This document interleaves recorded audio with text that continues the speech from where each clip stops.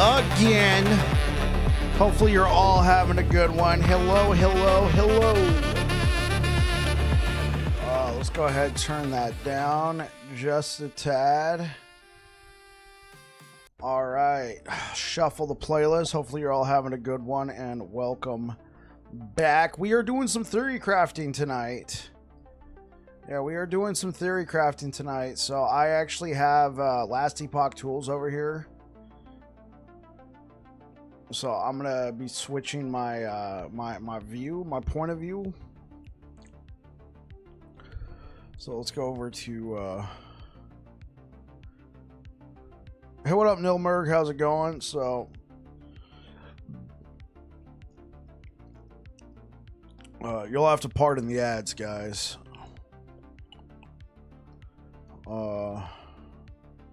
Ad removed. Okay, going okay. I'm glad to hear that. All right, so for Paladin, let's start with this. Will be the bleed.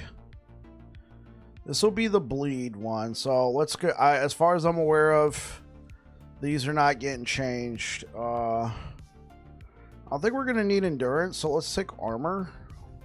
I mean, we're gonna need endurance, but let's take armor. Obviously, this is a whatever you want, so I'm just gonna take the class specific shards.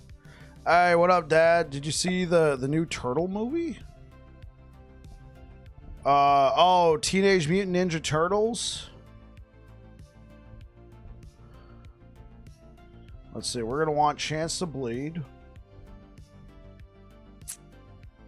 35th anniversary. Yeah, so we had tickets, and you see your boy over here. I opened this bottle yesterday. This is a 1.75 liter. So your boy was busy drinking. I was fine. No matter what my wife says, I was fine this morning. But she decided that we'll go to a different date. Yeah, she woke me up and I'm like, let me sleep a little bit more. She's like, why? I'm like, because I was super, I drank so much and went to bed at 5 a.m. Yeah. So I'm good. I'm fine. But we had midnight margaritas yesterday. Yeah, but it was decided that we'll go to a different showing. So we're going on Wednesday night. There's a showing around here Wednesday night, so I'm looking forward to it. And also, the last Epoch servers are going to be down that night, so I will stream during that day for some whatevers. But for the most part, by you know the evening, I'm probably going to be winding things down. I took that day off, so let's take ailment shard drop rate. Yeah, I like that. If we're probably going to want chance to shock, because we can convert that. So we'll take bleed, shock. I'm wondering if we should go two-handed or one-handed. I want to go one-handed for survivability. Let's go one-handed axe.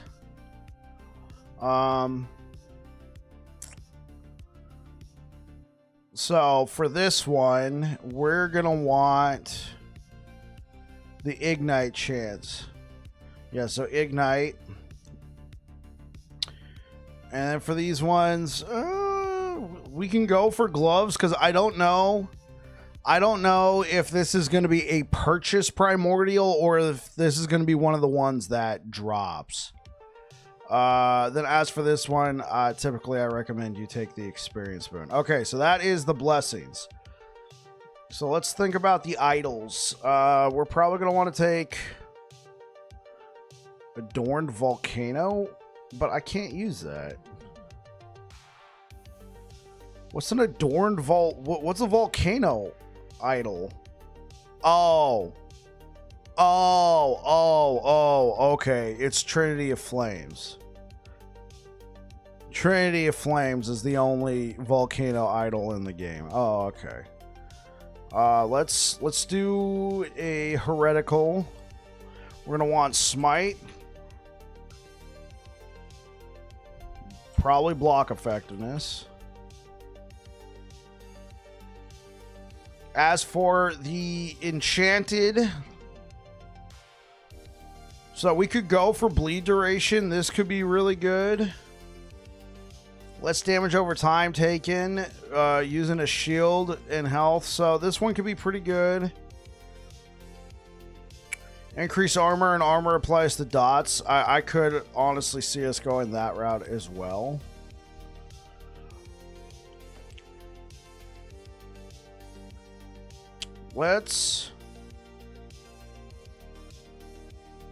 I kind of like the idea of bleed duration. Physical resistance and bleed duration. I kind of like this idea. So let's ride with it. Oh.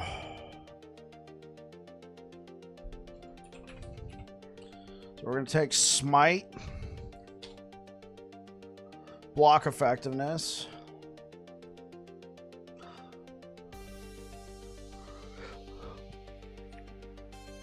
And I'm aware the chances of you getting 2 T7s is next to nothing, but I'm just showing what would be best in slot, right? If you can get both of those at T7, awesome.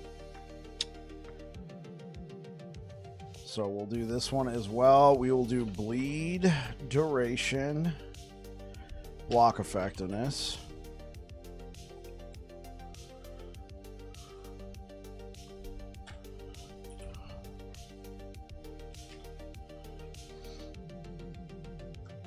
And then dot.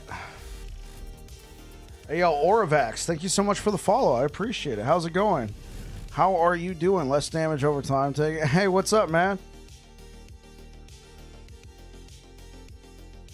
So we could do increased damage over time and do one of these for endurance. It's going good. I'm glad to hear that.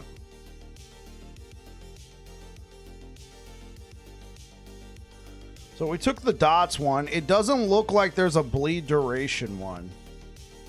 Increase armor and reduce bonus damage from critical hits. This could be useful. Yeah, let's take 2 of these.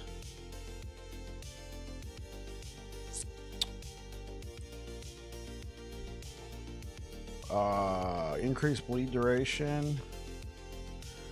Block effectiveness. Chance to time rot.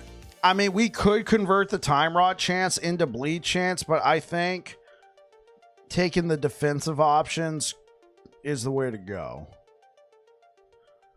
I think we're just going to do that. So we'll do 2 of those with the reduced bonus damage taken from crits, because we're going to use a Leonines. And that should make up for, you know, if we don't have a perfect roll or something like that, we can go for that.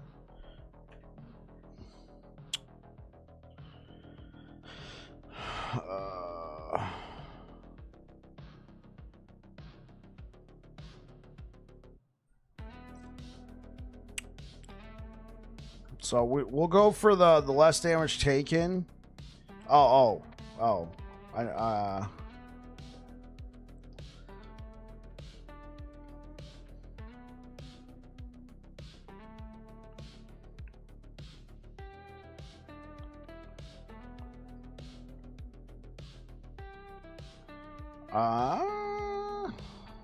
We'll do dot mitigation.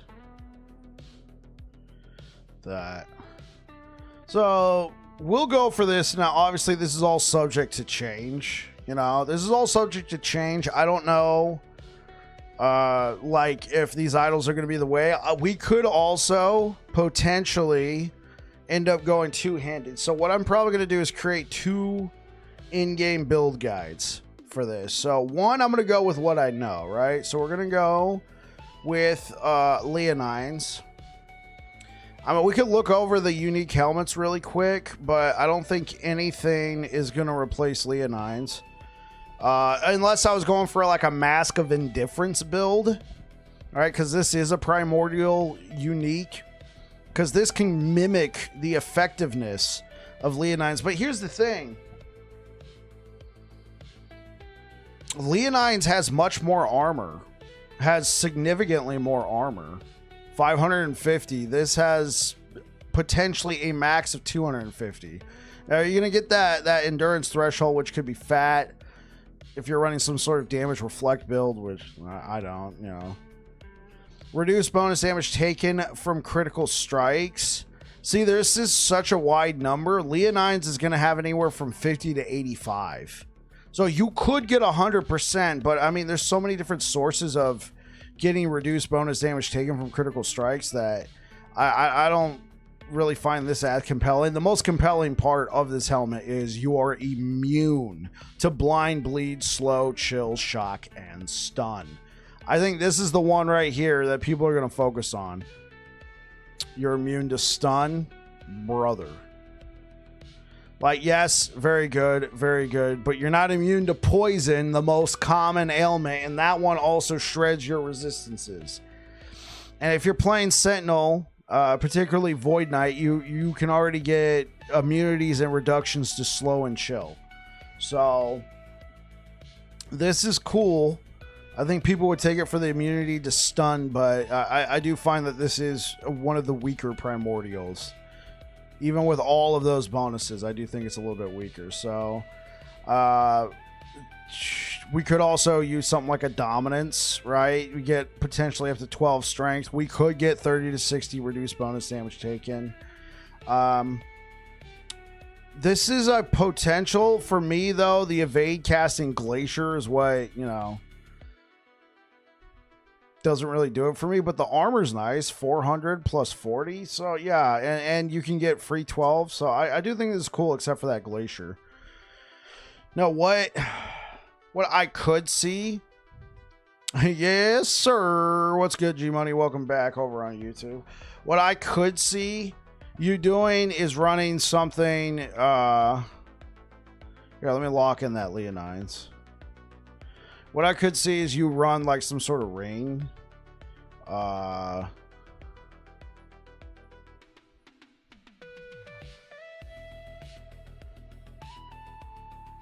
I could see, you know, running something like a Flames of Midnight that changes your evade into Spirit Step, and then on top of that you gain swiftness. I wonder who overrides who in this particular case. We would also get some nice Void Pen. Oh wait, no, this is Bleed. Yeah, hold up. This is Bleed. Yeah, never mind. This is not as useful. Okay, let's go back over here. So, yeah, for a second I thought we were running, I don't know why. I thought we were running some sort of melee build. It's what I was playing earlier. Okay, so let's pick up the gloves, the carry-on gloves. Let's just slot that in now. That way it's not always asking me if I want to make it a T8. So we're going to do this. I don't know. So right here it says we have a 1 in 7 chance of getting LP1 and then a 1 in 66 chance. You know, LP level 81. So 2 LP is possible. 3 LP is, you know, in your dreams. I'm going to just plan for 1 LP. I'm going to plan for 1 LP. So what I'm going to do is we're going to take health. Hey, what up, Telron? How's it going? We're gonna go for hybrid health. Just take a nice T7 hybrid health.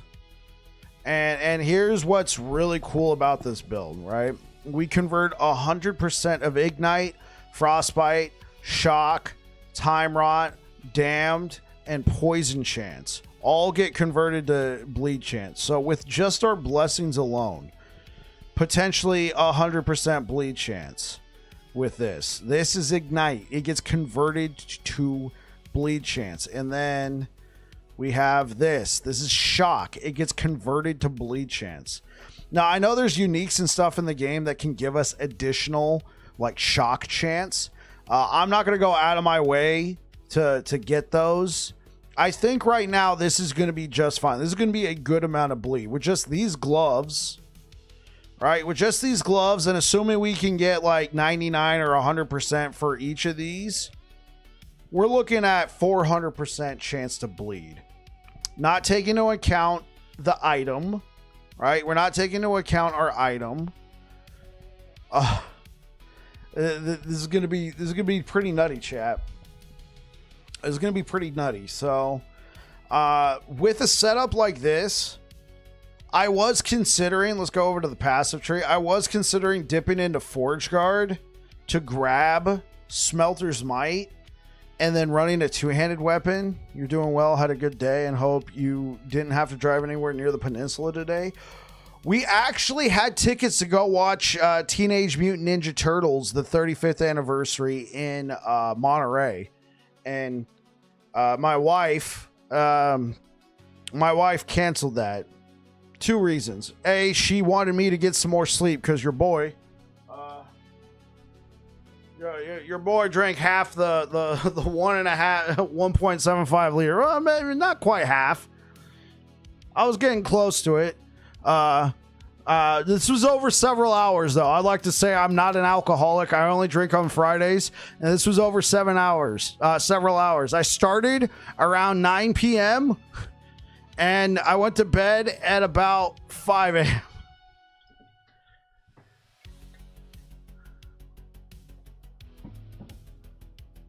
Oh, Drat, was that today? Yeah, that was today.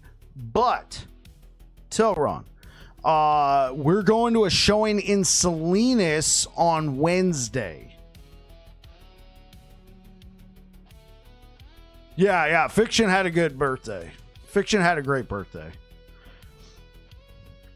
Yeah, okay. So there's a showing in Salinas. If you're interested in that, get a ticket now. Or you can see if there's a showing tomorrow on Sunday. Actually, I think there is a showing tomorrow on Sunday in either Salinas or Monterey. The showing on Wednesday, as far as I could see, was only in Salinas. So we changed our tickets over to that. When I woke up, I was fine, but my wife wanted me. This is the original, right? This is 1990. This is the original one, yeah. The one in Salinas, it's a smaller showing and it's filling up fast. It's filling up quick. But they're luxury loungers, all right? So they recline, they have they're very nice, so. Yeah, so we're going to that one. Yeah, sounds like a great wife to let you get some rest. Well, I mean, when her idiot husband, drinks a bunch and then is like, I swear I'm okay. And she's like, nah, you get some sleep. We're going to cancel the tickets. And on top of it, so I live in Monterey County in the area of Monterey. There's a huge thing going on right now called, everybody calls it car show, right? It's car week here on the peninsula. All day we've been hearing cars gunning it, right? Like, I've seen Ferraris, I've seen McLarens, I've seen all sorts of stuff on the peninsula right now. And the further you go out towards Monterey, the more traffic there is, and we both kind of forgot about that. Tanks, he brings us in the dough, so I support how I can. That being said, make it rain. Thanks, babe. Yeah. So we just found a different showing. So sorry, we went off on a bit of a tangent there. So if we come back over here, I was thinking about taking a two-hander and investing into Smelter's Might. I don't think this is worth the investment. Yeah, Northridge. I don't think this is worth the investment.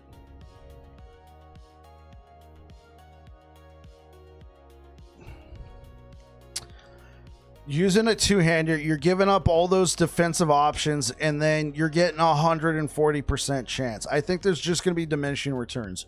With just this right here, we already have 400%.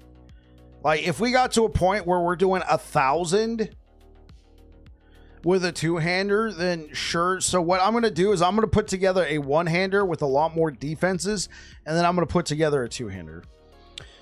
So now that I've been flapping my gums a whole bunch, let's scroll down here. I don't think there's any. So Undisputed could be a potential, right? This could be a potential item you might want to use. The thing is, just because of the chance to bleed, I don't think it's worth it. I don't think it's worth it. This damage right here is only good for melee hits. The only reason why I point out Undisputed every time is when I was playing Bleed Hammers in Merchant's Guild in cycle 1.17, you know, when they did the refresh, I couldn't find a, you know, Bleed Hammers was very popular. I couldn't find a Dragon Bone Axe to save my life for anything that was reasonable with the amount of gold I had.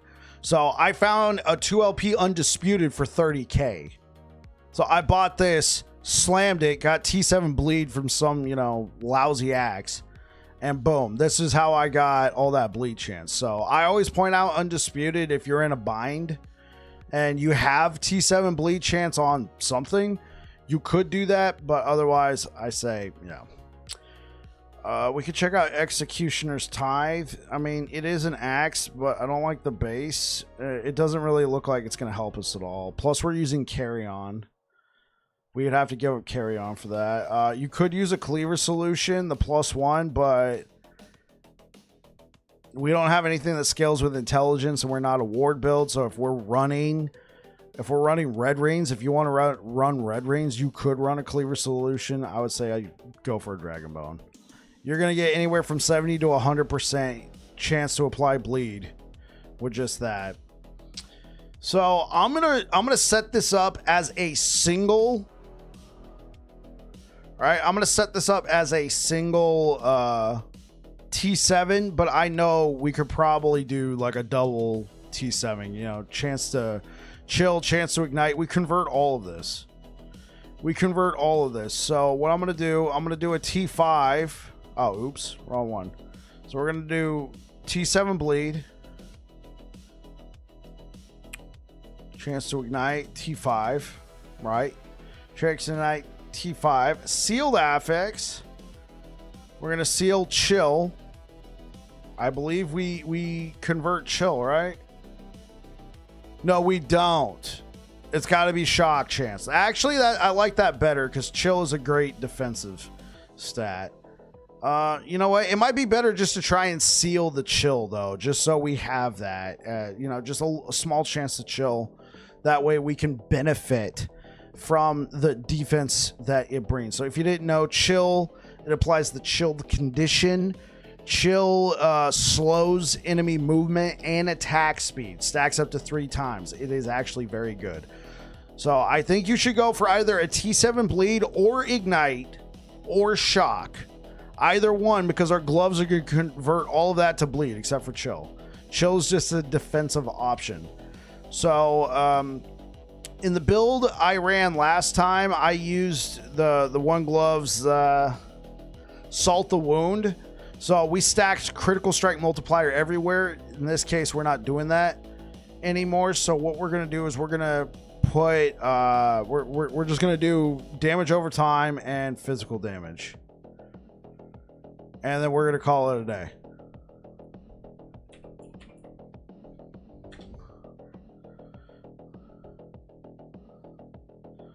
So boom, that would be your ideal axe. If you can make it double T7, try and get chance to bleed and ignite at T7. See if you can get a chance to chill sealed. It's going to be a little hard, but if you can make it work, that would be awesome for you. Now, I think what we're going to do is we're going to go for strength. T5 strength. We could attempt to seal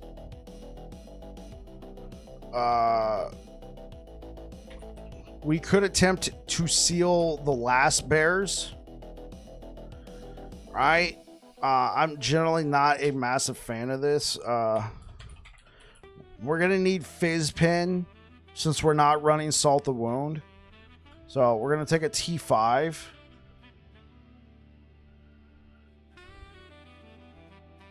And then health.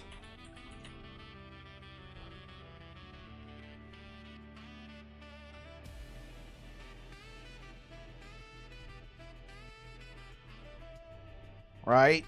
So We won't get the 30 strength because we're not going to have the gloves, and we can't use the ring because that's also a primordial. But we could get the endurance threshold bonus. The two, if we can get enough strength, we could eke out a little bit more. We could go for that. You could also forget the last bear set and seal some chance to bleed. I might just end up going with that. It just might not be worth it. It's also very, it's just very annoying. Yeah, you could seal something like this, you know, T1, 22% bleed duration. Honestly, I'm just going to go for that. I think this, trying to make this work is just annoying.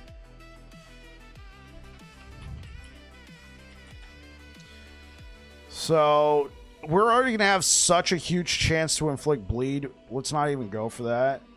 So, I say, yeah, let's just go for that. Seal that T1. This is also a good affix. If you can't get the physical pin, you can go for that. But getting the physical pin with bleed, I think, is going to be important on both your helmet and your chest piece.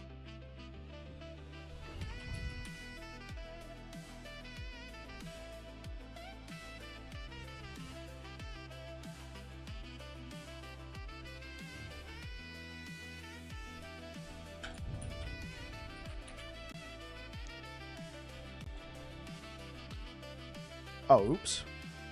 Did I not choose a base? Oops.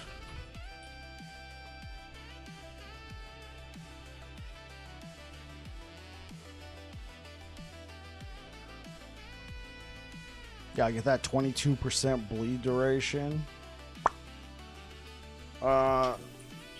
Strength. I could also see a world where you take this. The most important thing you're going to need is health.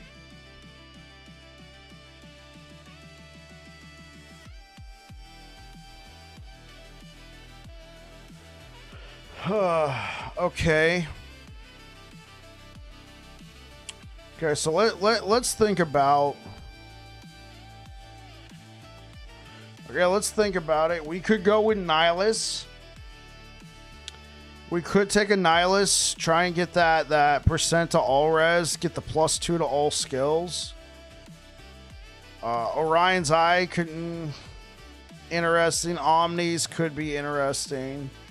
Aurora's Time Glass potentially.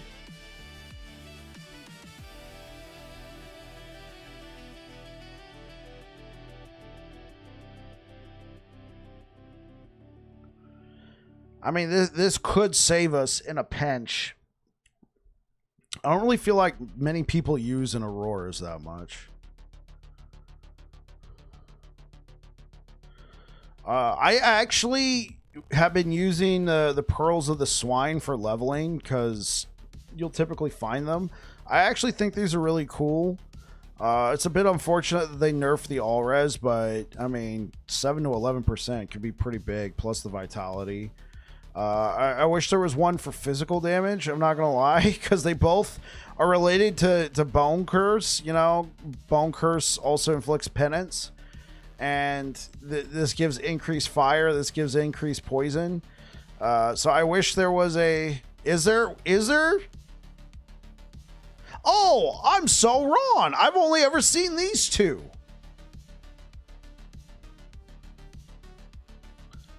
Okay, if you guys wanna diss me, now's the time. An Inheritance of the Erase could also be somewhat interesting. Get a lot of void res too. 8 to 14% increased health. Okay, so Pearls of the Swine could be interesting. See, look, 1 in 37 chance, so you could get a 2 LP of this, right? You could get a 2 LP.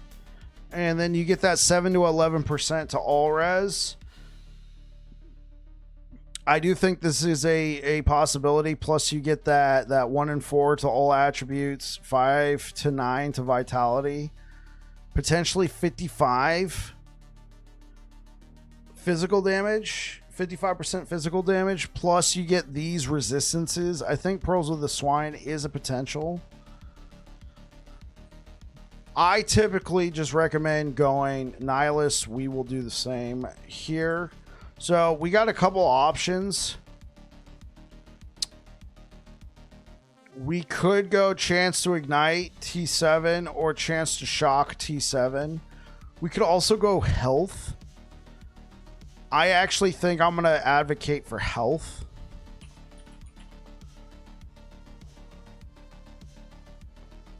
I'm just going to say take Health. All right. We're obviously taking the Majesta shield. That shield's still very strong. Oh, they changed the look of Bulwark of the Last Abyss? They changed the artwork. I don't know. I kind of like the old one better. You know, the big square. Okay, Bulwark is on the table, but it's all about countenance, all right? LP2, 1 in 25. Yeah, even though they increased it, I think 2LP is most certainly something that you can come to expect. I think you can expect that. Okay, so let's talk about belts. I think Brewmaster Buckle is still the way to go because of the max health gain as endurance threshold, right? Because there's a trick here. If we go over here to the passive tree, we go over here, we gain increased bleed duration per 20 endurance threshold, right? So hypothetically, if you have a lot of health and you're using this item, you could pop it, right? You could pop it before applying hammers and get this 4 seconds of increased endurance threshold. That way you're gaining even more bleed duration. And then on top of that, we get some endurance. We get the vitality. This is a potential pickup. Elicos, I don't think this got touched. So 1 in 3. So LP3, it's very doable to get 3 LP. And it's a Spider Silk belt, one of my favorite bases. The thing is, I think you're probably just better off going towards a regular belt, a regular Spider Silk belt, because you would get all 4 affixes. And I find that these are not very compelling for a Bleed Hammer build. This is compelling, but you can already get that from just a regular unique. Your critical chance also applies to your potion uses, so I mean, I guess there's that, but we're not going to be stacking critical strike chance. Let's take a look and see if there's anything else. Shatter Chains isn't going to help us. Azrael's Fury.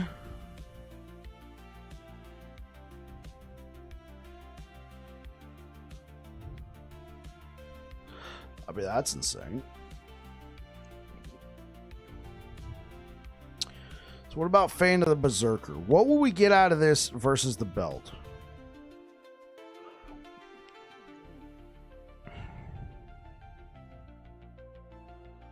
Well, frick. This is pretty insane. Orion's could be interesting. Lightning in a bottle. Oh, this is new. Is it new? I've never seen this before. Dodge rating while using evade. You are immune to shock. Okay.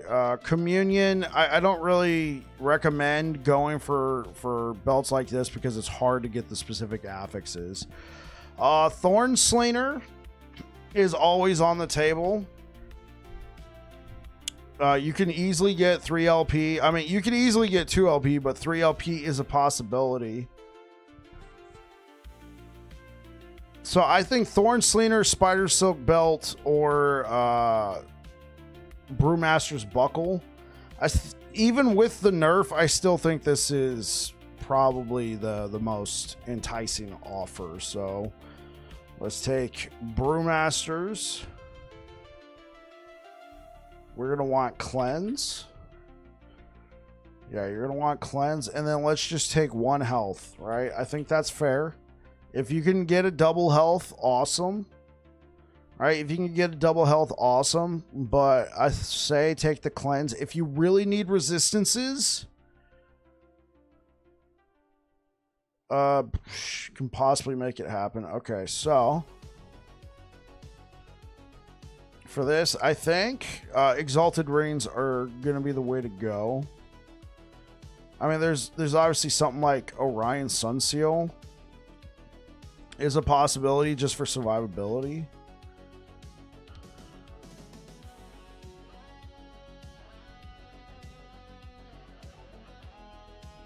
I'm going to say Ivory Ring. We're going to take Strength, all right, just so we can get some more armor. Oh, wait, no.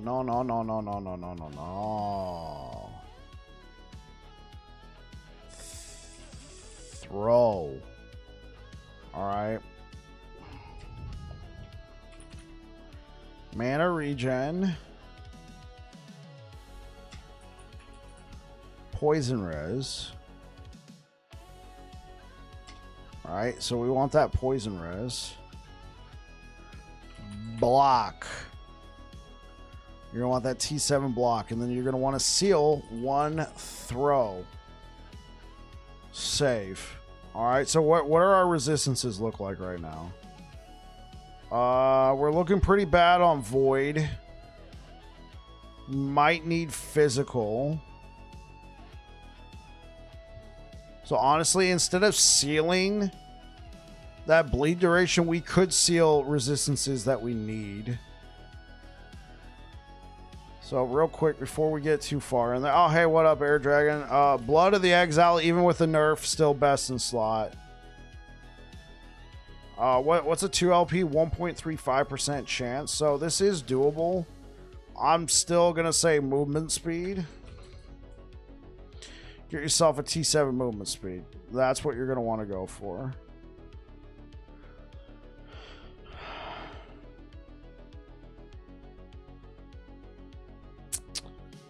As for the relic, I recommend Valdir's. And let's take some health.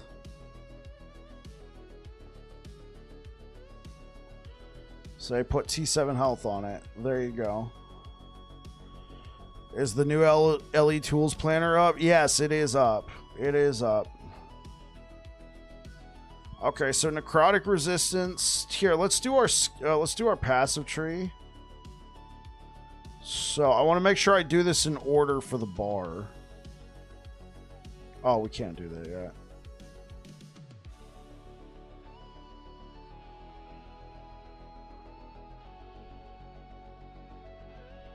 I mean, I know it's for the health, but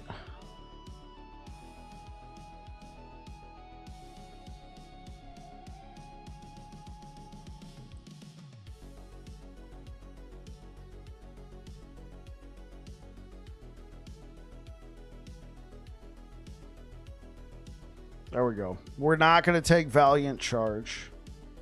Maybe when we're leveling. But this is an in-game build. I'm assuming you're going to have an in-game character. We'd probably still take it anyway.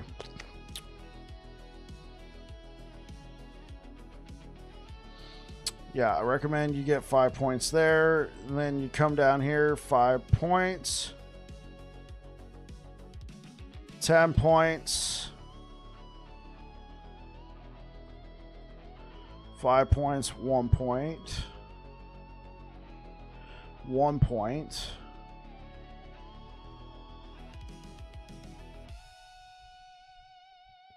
Oh, whoops.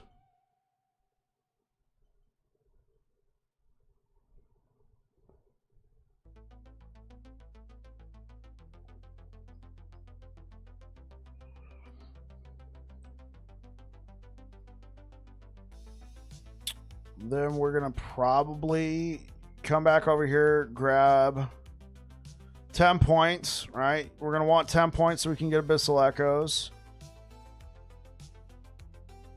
Whatever. Put 5 points. 5 points. Come over here, grab 3 points, then come back down here. 4 points. We're going to need 1 oh.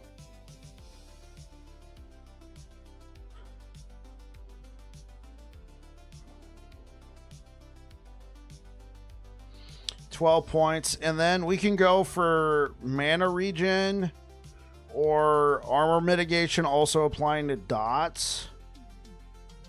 I think we're actually probably... Oh, yeah. Let's take 3 points here. 2 points. We got 1 point. Bam. There we go. Done. Ship it. And if we need more resistances... So skills. We're going to take Hammer Throw. Then we're going to take Holy Aura. Symbols of Hope. Abyssal Echoes. I feel like I'm missing one very obvious one.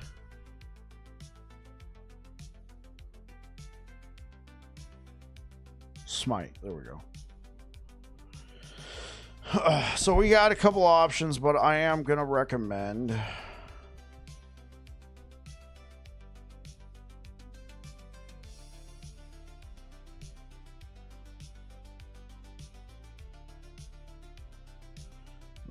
Put the last year points right there. Boom. That's what I recommend. What are we doing, chat? Hey, what up, Oak? Hey, what up, iFlip? How's it going?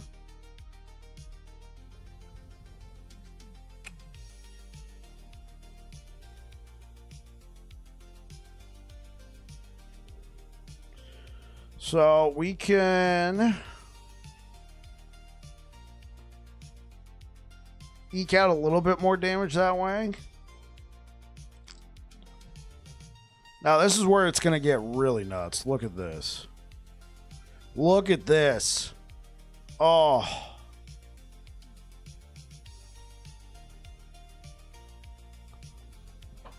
How many points we got left? We got 3. So we're not going to grab the mana regen there.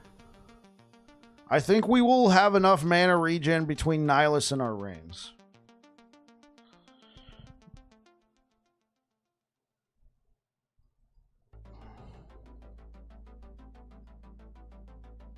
We could grab Time Rot and have it get converted over to bleed. Someone say nuts. Anyone playing Rune Master? Not me, unfortunately. Abyssal Echo's initial burst has a chance to ignite enemies. No.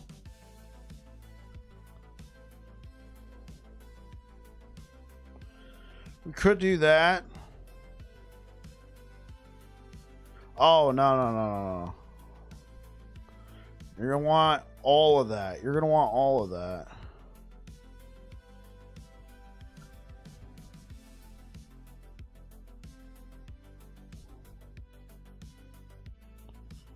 There you go.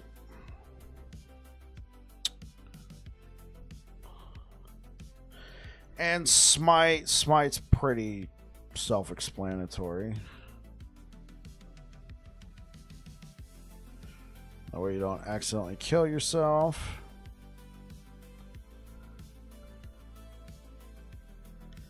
I mean, I guess we could grab the Ignite chance. I like the chance to blind just because it has a double. Okay. So what I'm going to actually recommend we do here. Grab this. We're going to grab a gold ring.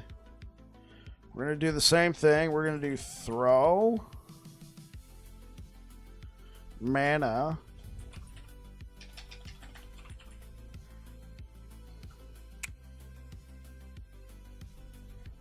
Block. And then health.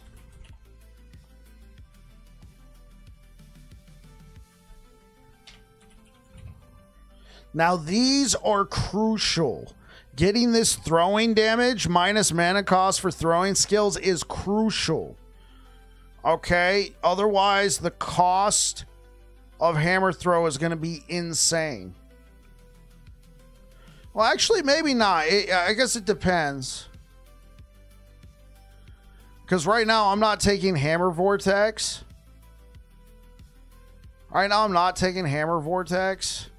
So the cost of this is actually 0. I'm going to remove 1 and put it in Hammer Vortex because I like Hammer Vortex personally. But if you don't want Hammer Vortex, so here's this setup.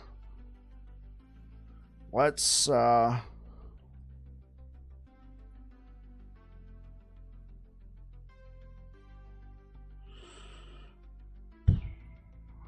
unspec Shield Rush,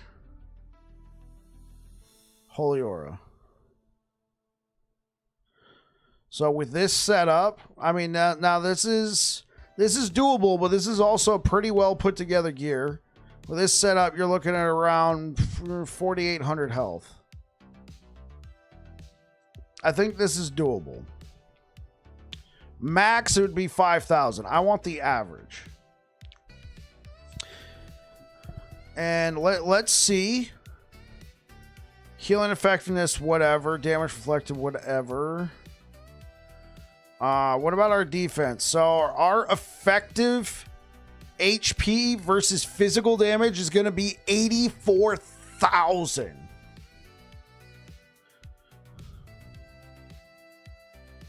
$84,000. And then versus dot, it's not as high. Unfortunately. So, block OP. Yeah. This. Dude, look at this, bro. 35 to 30%. What is our block chance right now? Max would be 95. Wait, did I not take block chance on both? Oh, wait. Did I take this one? Did I take that one? I did not take this one. Oh. Let's reset this whole thing.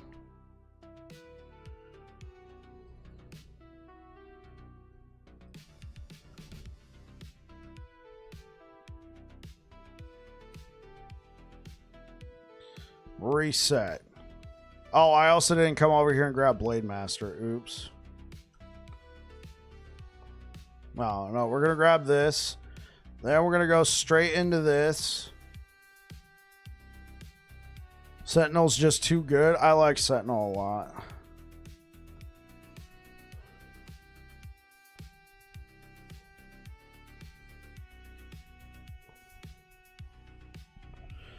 Then we're going to come back here.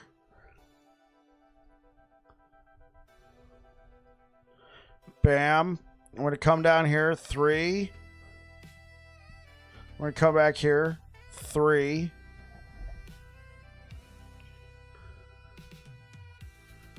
Right. 4. Actually, no. Let's reset this. Let's reset this again. I think we can be more efficient. Think we can be more efficient without being sloppy. Bam. 5.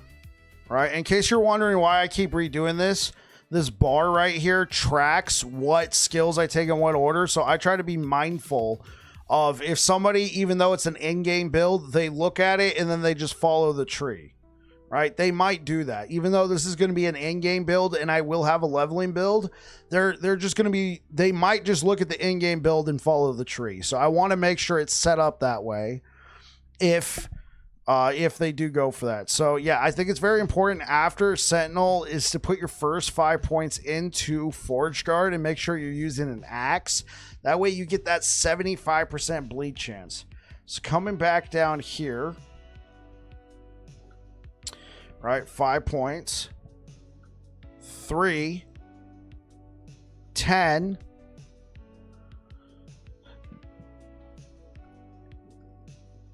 all right, we're gonna need 1.1. Then we're gonna stop, collaborate, and listen. Then we're gonna grab this. So we're going to be around here. Now, this is where we then grab the 3 points into Steel Aegis. Then we come back here and we put all 10 points into Void Knight. Then, this way we already have a chance to bleed, that sort of thing. Then we come over here, grab this.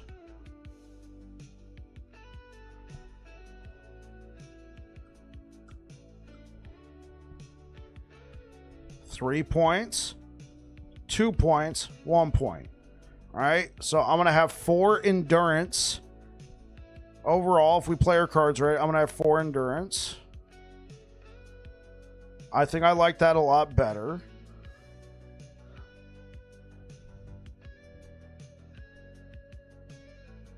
The melee ignite? Wait. Oh, I flip. This is pretty cool watching this and listening to your take. I appreciate it. I flip. This is no longer melee, my friend. This was one of the things that got updated. It got turned into generic ignite chance. 120 ignite chance. It's also really good for leveling. Like, if you're leveling and you're not really set with bleed yet, you can drop a few points into this. Drop 1 or 2 points into the fire res shred. Yo, Bike, you like those uniques? I do. The primordial uniques look pretty cool. I'm going for Carry On of Creation as my league starter. My season starter, I'm going to be shooting for this. I don't know what it's going to take to get one of these, because if you look at the bottom, it says obtained from ? Obviously, the creator of the website, damn it, doesn't know where we get it from. They said there's going to be some that you can buy, and there's going to be some that from the vendor with the special currency. There's also going to be some that that will drop. This could be one that drops. This could be one that we pick up. So I don't know how long it's going to take for us to get our hands on a Carry On to the creation, but you could still use this build just fine. Both gloves are the highest level primordial and most desired. Oh, you're talking about permanence? Yeah, well, we were talking about permanence yesterday, and we didn't have this qualifying text right here, so we were trying to figure out what the skill level stats mean. I said, I'm pretty sure skill level, that means the actual level of the skill. And then someone else pointed out, well, it says stats. Maybe it means the text underneath skill level, right? Maybe it means that. So instead of affecting the level, the plus levels, maybe it affects the stats underneath. But now we have this qualifying statement that no, it actually doesn't affect the stats underneath. It affects the skill levels as long as they are on a legendary. The new items look sick, especially for bleed builds. Yeah, Lucas. I mean, I don't know how long you've been here, but yeah, we've been putting together a bleed hammered in.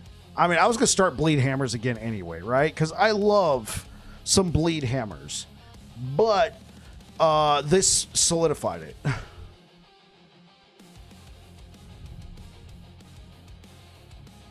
This would be for spells.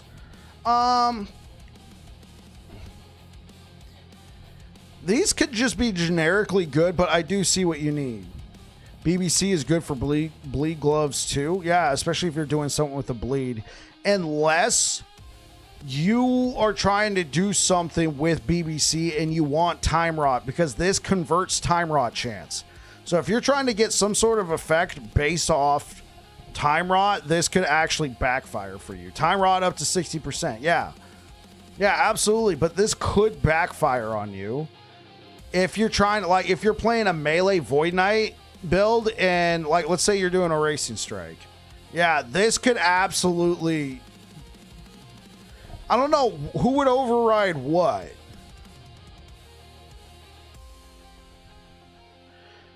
Does an item override a skill? Because if we look at Vengeance converts all bleed chance to time rot. You thought I would really love the spear? Let's look at the spear.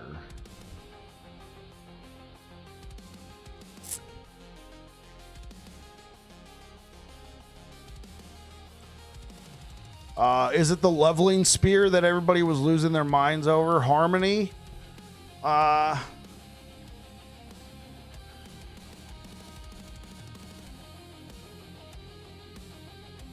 It got nerfed day 2. Yeah, it was a little overtuned.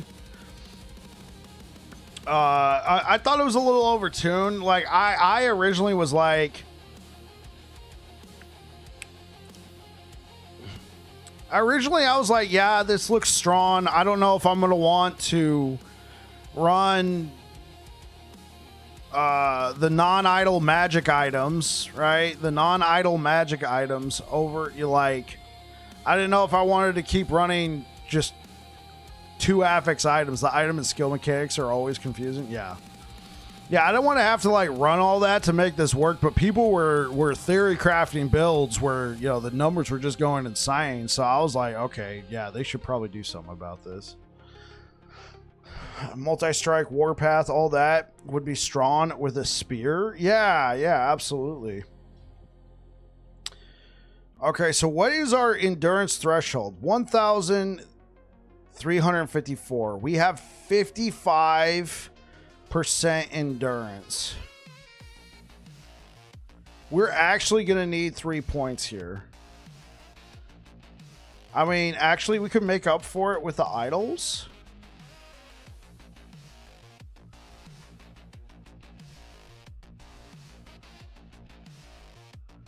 Actually, let's make up for it with the idols. So, Dot and...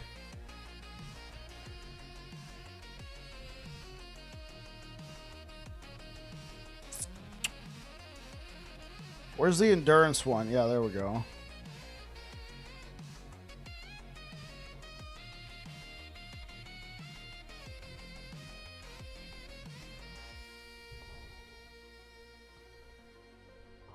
Let's just run 2 of those just to be safe. Okay, now we have 65 endurance. Now we're capped. A lot of people are theory crafting bleed hammer with those gloves. I think your build will go hard. I figured, here's the thing. All right, there are live streams of people asking me what build I was gonna play going into season 3. I would like to point out I had already decided I was playing bleed hammers, but not for the obviously I didn't know these gloves existed. The reason why I wanted to play bleed hammers is I thought Sentinel was going to catch a bunch of nerfs, and I felt that hammers would be left alone. The amulet converts damage over time to physical is insane.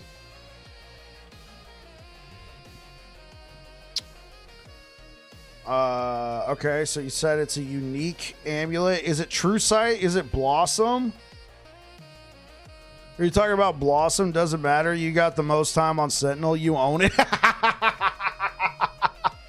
I mean, yeah, I mean, I think most people should already know by now. Oh, new season, Bike's playing bleed hammers. I mean, Bike was into bleed hammers before it was cool. Actually, yes, but also I got the idea from Volca. All right, so I've played bleed hammers enough that I've morphed my own ideas into it, but the original idea I got from Volca. So I always like to give Volca a shout out over on the Maxroll team. So make bleed hammers cool again. Yeah, no, I don't know if we want that. That might I don't know if I want to be associated with a statement that's that closely associated with political statements. Now, to be fair, Tilron didn't say that. I said that, so. Yeah, I mean, that 110 endurance threshold could be insane. Could be insane, because, here's the thing. Here's our endurance. Here's our endurance threshold, but we drink 1 potion. Right? We drink 1 potion, and then we gain 10% of our health as endurance threshold. Our maximum health.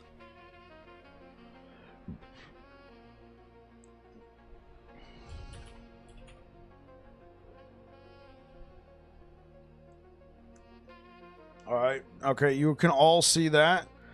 All right, so 4, 6, 4, 9 times would it be?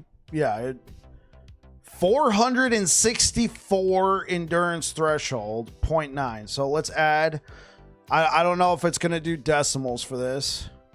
So our endurance threshold would shoot up for 4 seconds to 1,818. Now we need to divide this by 20.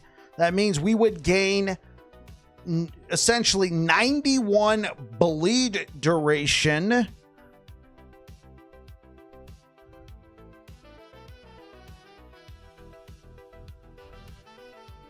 I mean, yeah, potentially. It might be super hard to get carry on.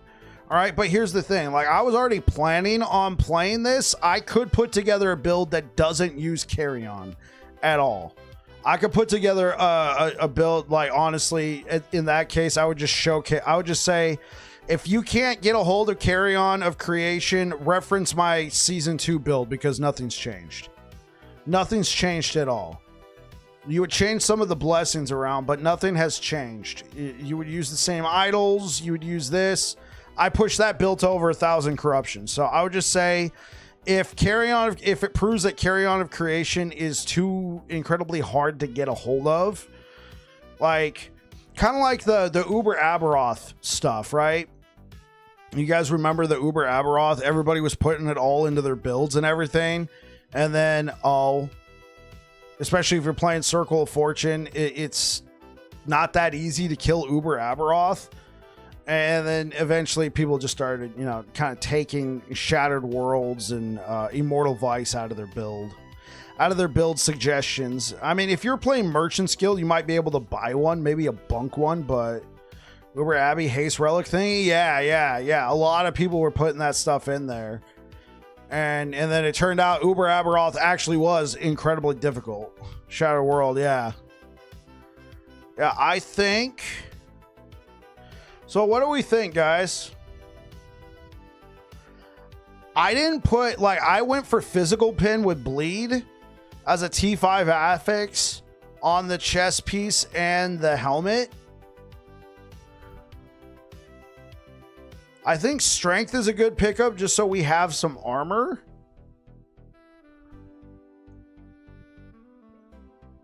We could also just do the bleed duration thingy instead of strength. What would that look like if we, let's remove the sealed affix. Let's change strength over to T5. Okay, what if we ran this? No sealed affix.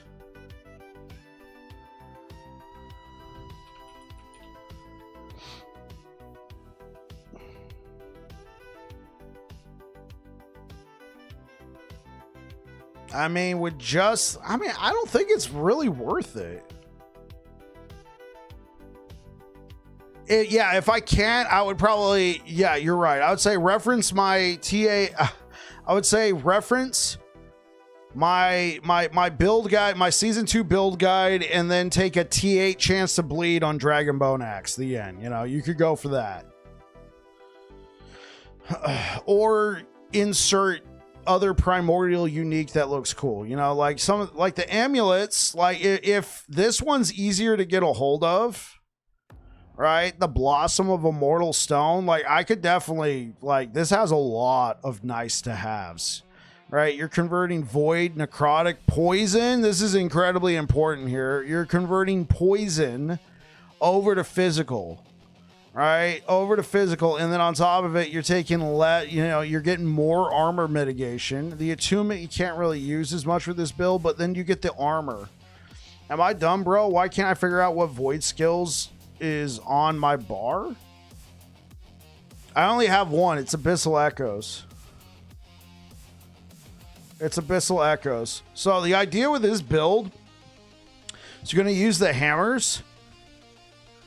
You're going to use the hammers, hit the enemy, and then we're going to pop. Consume the stacks. Right? So that's why I'm thinking bleed duration might be nice. Honestly, what's our armor without it? Right? So we lost over 1,000 armor. All right, we lost over 1,000 armor. I think I'm going to recommend you take strength and then just seal the bleed duration. And then physical pin. You have to take physical pin. All right, so we got a couple options here. So, yeah, I think this is the best, right? Because the difference between 15 and 24, right? We gain 9 bleed duration. I think this is fine. I think that is perfectly fine.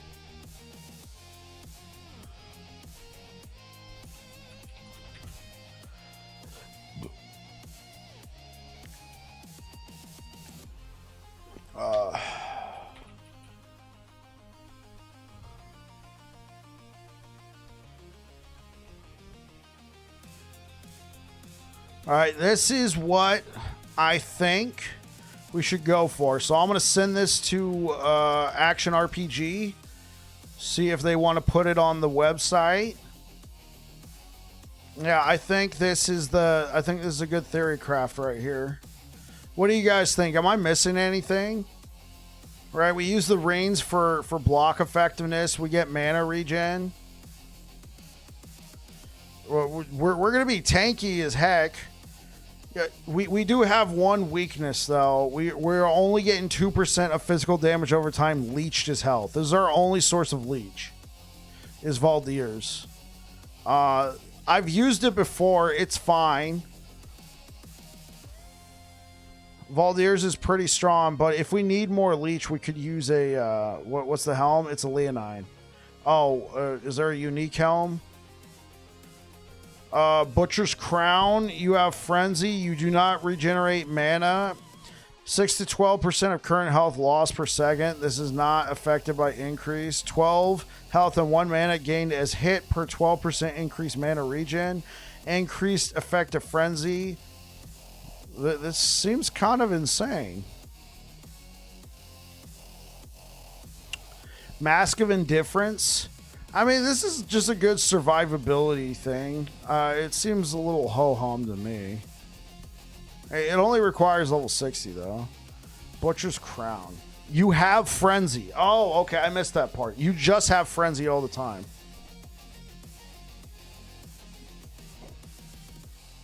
So, yeah, you use this and Shattered Worlds, and you do not regenerate mana.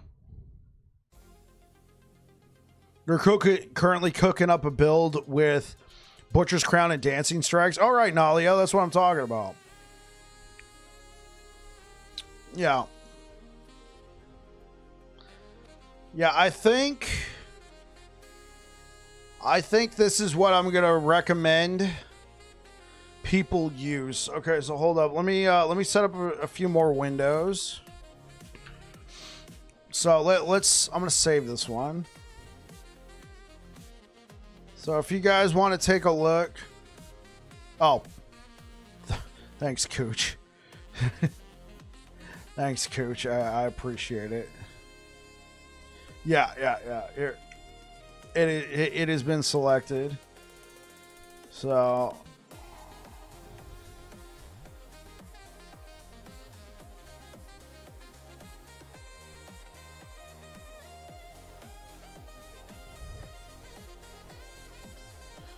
thank you for the likes over on YouTube, guys. I appreciate it. There we go.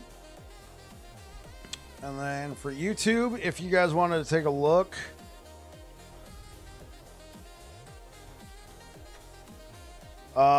there's the gavel. Yeah, so if you guys wanted to take a look over that, let me know if you find anything, but I'm gonna finalize this. And I'm going to add it to my builds.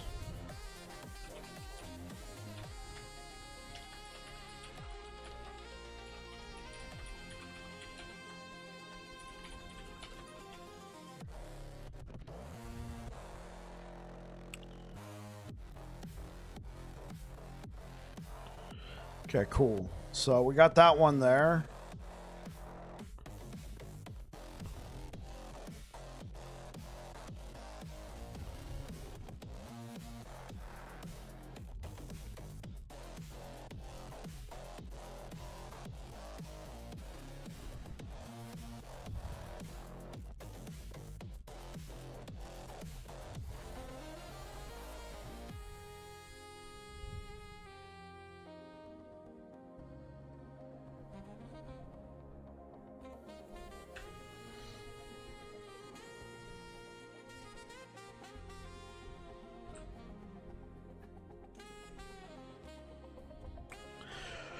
All right, let's do another.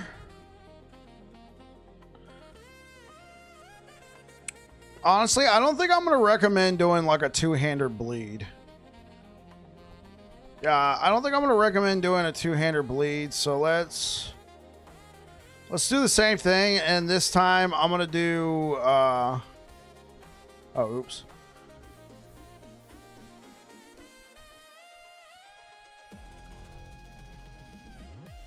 No, there was a nerf on the shield, but I still think it's best in slot.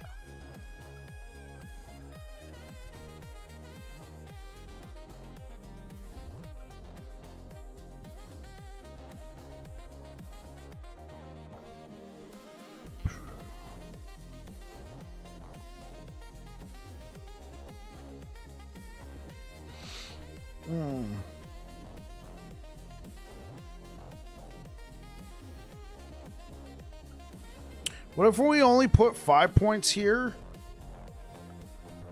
All right, track with me.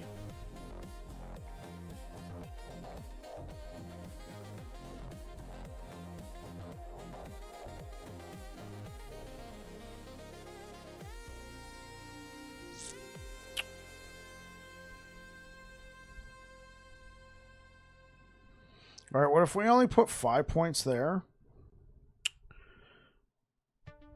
Right? What if, instead of taking Abyssal Echoes, we take Hammer Throw, Shield Throw, Symbols, Holy Aura, Smite. All right, let's go back over the blessings.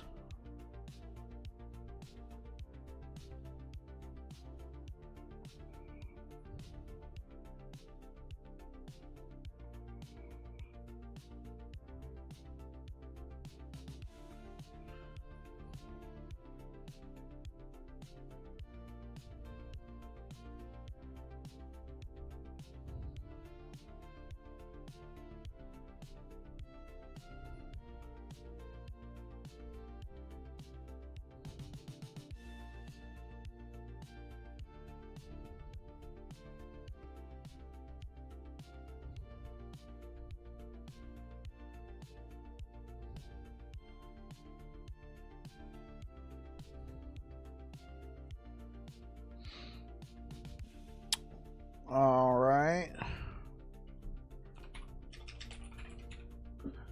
So Smite. Petrify still good. Exactly.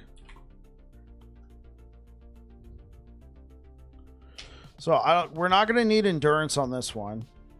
So let's do the T7 bleed. And then let's do the oh.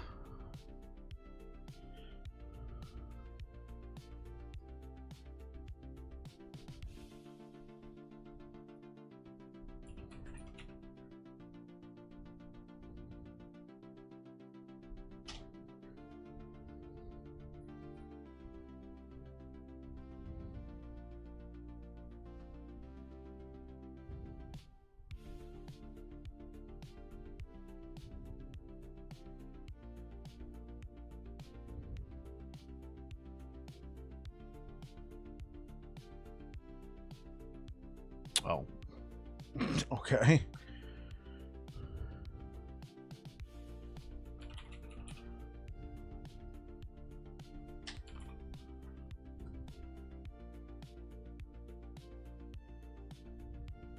Or should we go for physical damage over time over block effectiveness? I was thinking block effectiveness to make up for the honestly,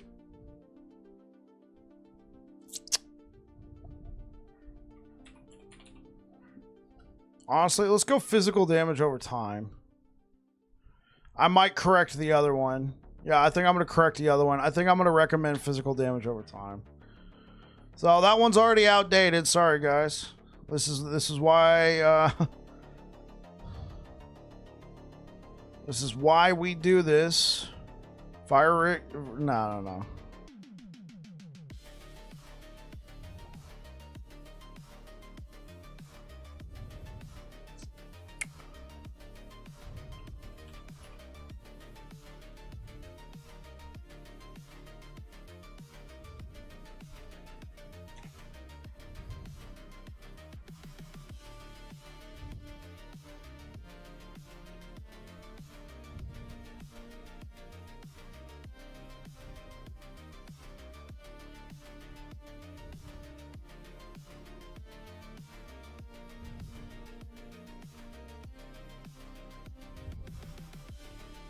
Yeah, I think we're going to take the physical damage over time. Block effectiveness is kind of low now. I was just thinking a little extra, you know, support. Yeah, we're going to do...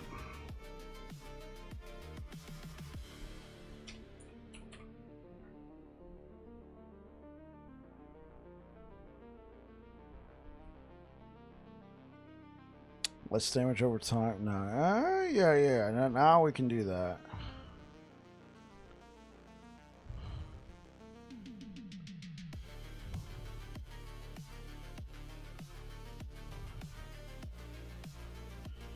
We could go for the chance to ignite, but it's not better than bleed duration, in my opinion.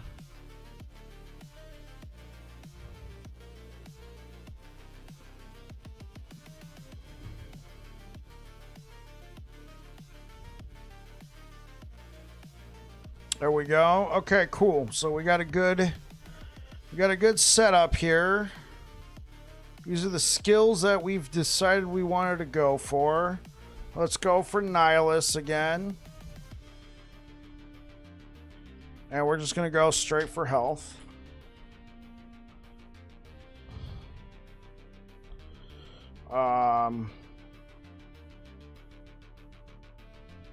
I completely forgot the name of the relic. It's going to come back to me. Presumably. There we go. Valdir's. Yeah, completely...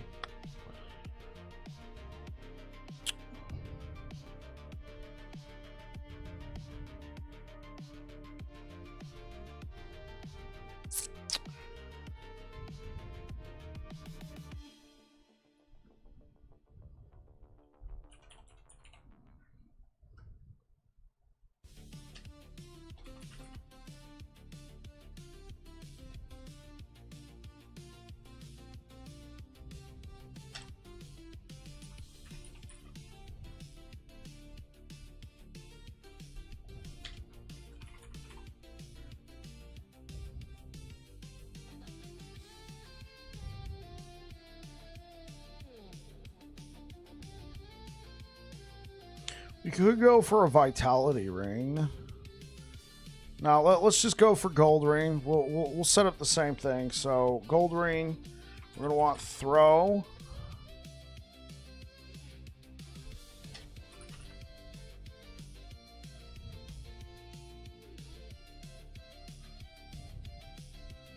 And let's take physical. All right.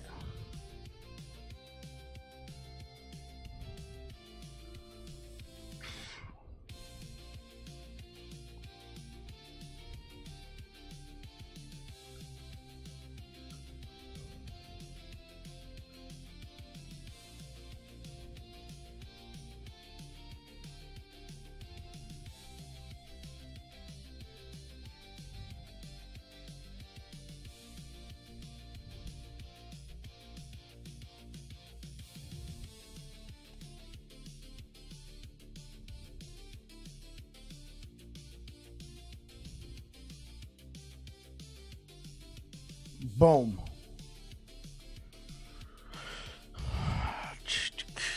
So I've never used the shield throw approach. I can try it out.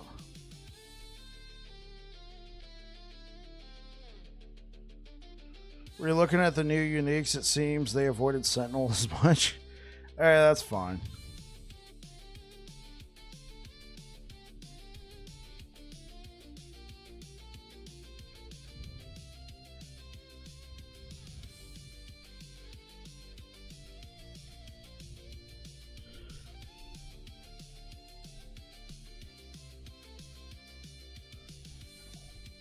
Shield throw can be thrown while you have a shield out, but shields are smaller and deal less damage.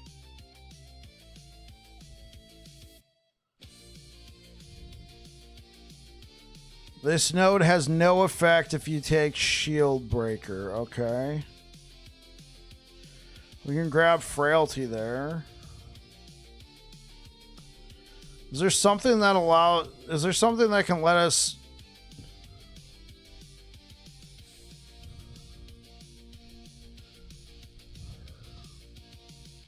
Health leech.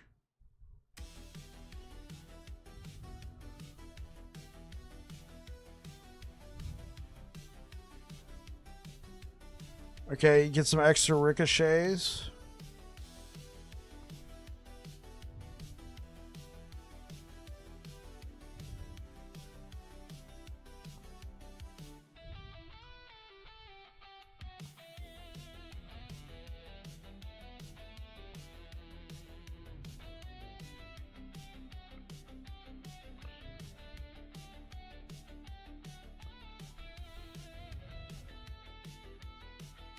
Okay.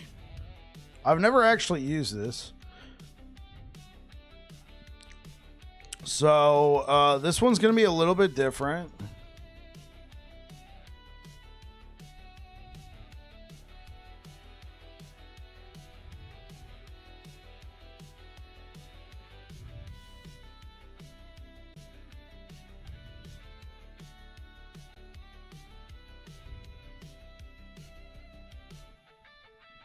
Yeah, this one's going to be a little bit different.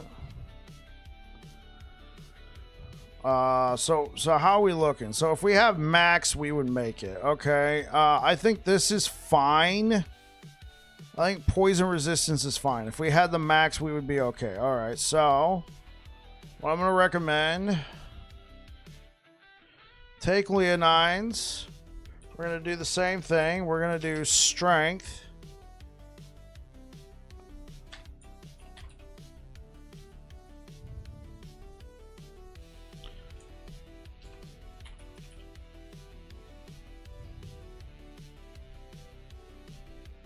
No, actually for this one, we're going to seal a void.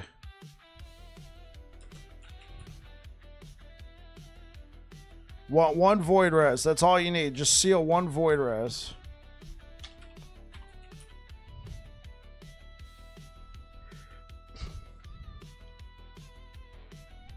Oh no, we want physical pen.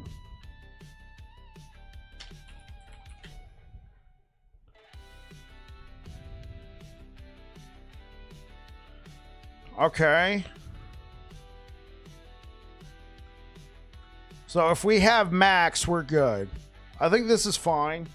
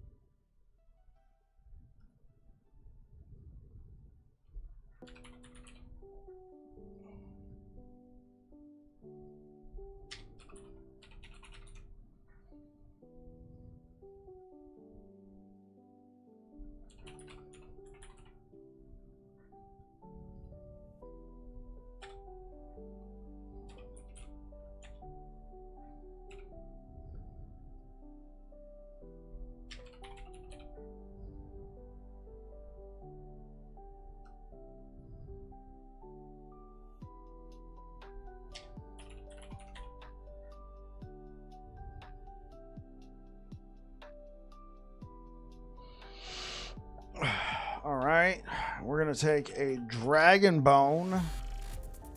Yo, Christy, thank you so much for the follow.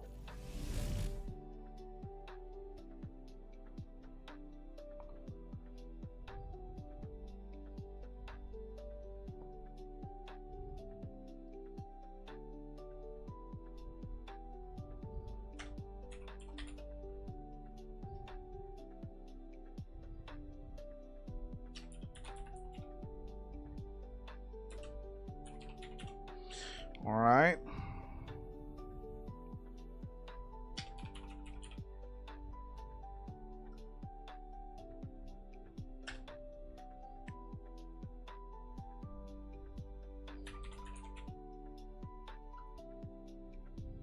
Yeah, try and seal a chill. Yeah, I think that's a perfect axe. There we go.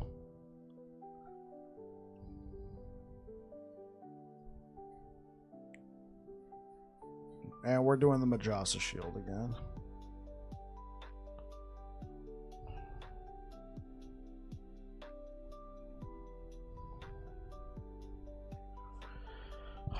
And there we go. Let's go ahead and set up the skill bar.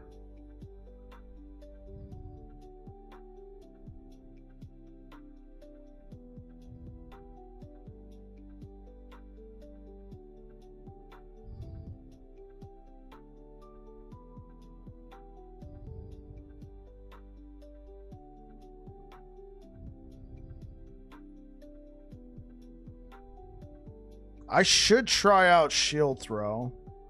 I haven't used the skill since it got updated. See if this is like something that's possible. Just looked again, those gloves have the lowest LP4 drop out of all of them. I think might be unfortunately cursing the drop rate. Yeah, and that's why, because if you look, you have a 1 in 7 half of Red Rain's LP4. Yeah. Wait, what is Red Rain's LP4?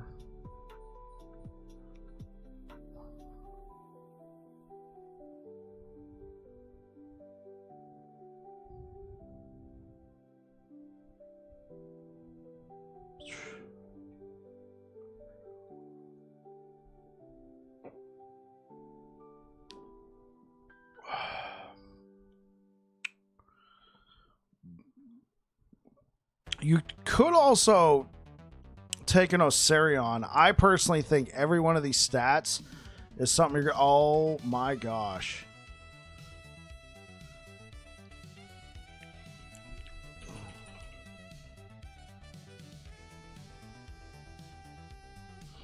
Just going off LP, I think the item is essentially really hard to get. Yeah. It is. It probably will be. Cooking with bike. Hey, what's good, Kriskin? Yeah, I think I like this setup too. So it's a little bit weaker than the other one. What about defense? It's I mean, come on, it's pretty similar. It's pretty similar to the other one. Except we're not using the pop, right? We're not going to be popping the... We just took the void and physical damage reduction.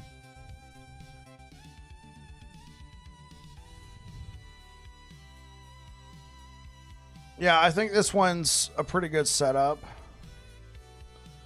Also using carry-on. I should... What we'll probably do... We'll probably...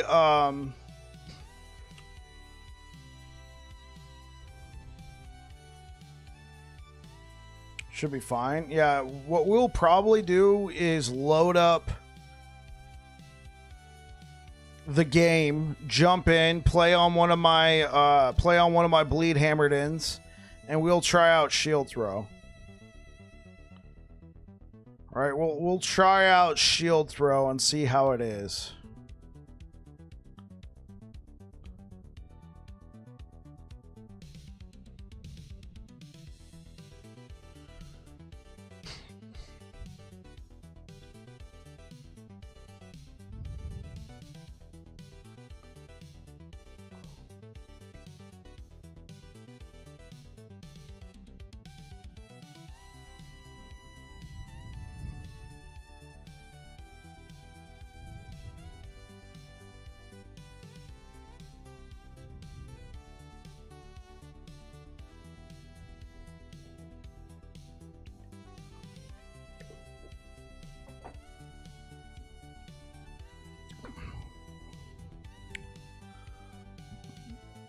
All right.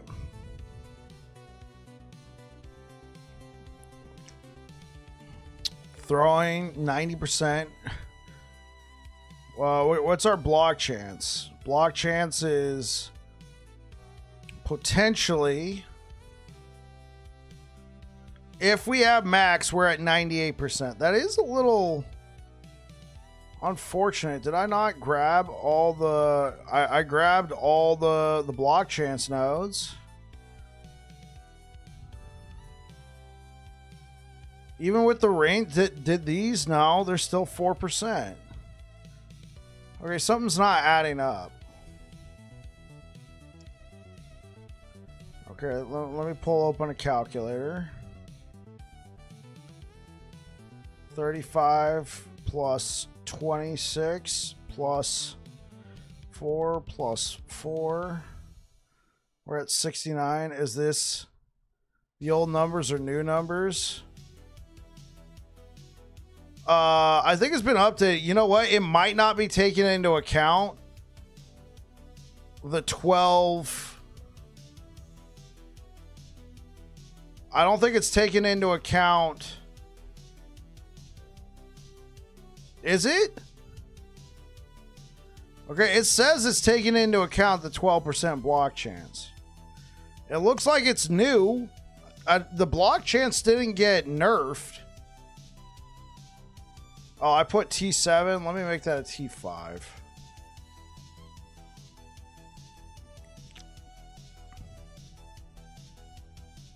What did I hit?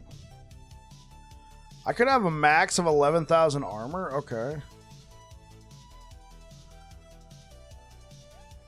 It did get nerfed off the shield. You are correct. I'm honing in on the block chance. Okay, so we added these two. So then let's look at the passive tree. We then get 3, 3, 3, 8. So 3, 3, 3, 8.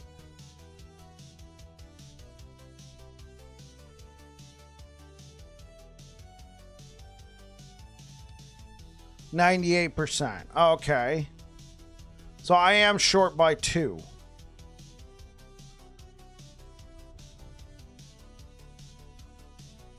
%8 rain? There's a block chance? There's a block chance rain?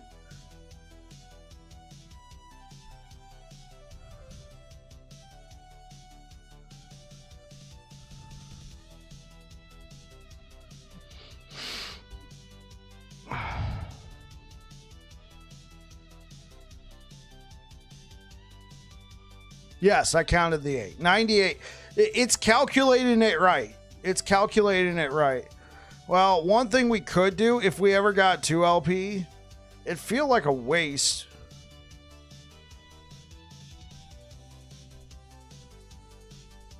Oh, yeah. Did I count the 8% from here? Yes.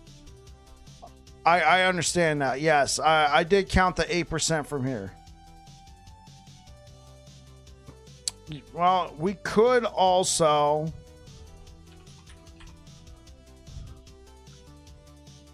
We would get the 3% block chance. Technically, this feels like such a waste. Feels like such a waste. Just to make up for 2% block chance. Oh, oops.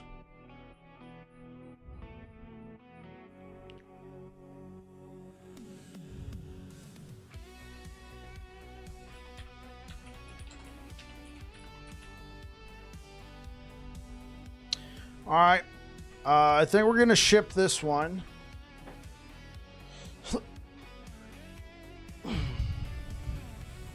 Oh, I know how I made up for it in the past. What's missing? Oh, well, if you hit max, they're taking into account that you can get a range. I already know for sure I'm not slamming the Countenance of Majesta's shield with anything less than 26%. They're showing me average, right? If we went to minimum, it would be if I had a 21% on Countenance of Majesta. The thing is, never going to do that.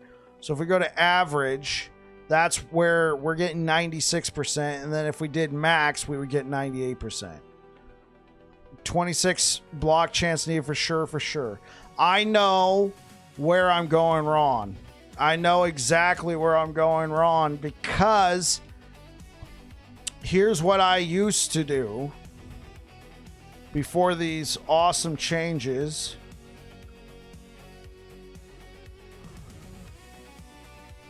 This is what I used to do. So thus we would get an extra 3% block chance because we would have another symbol.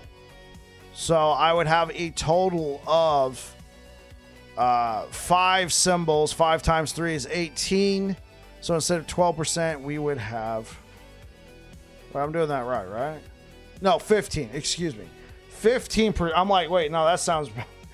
15% block chance. That's how I would get 100% block chance on this build in the past. I would have the two skills from Nihilus. I would invest into this. This is just way too valuable. Yep, makes sense. So I'm just going to live with, 98% block chance. Symbols grant you and your allies chance to ignite per symbol. 4 times 3, 120%. Wait, no, that's not... Yeah, that's 120%. 120% ignite chance. So, does it calculate?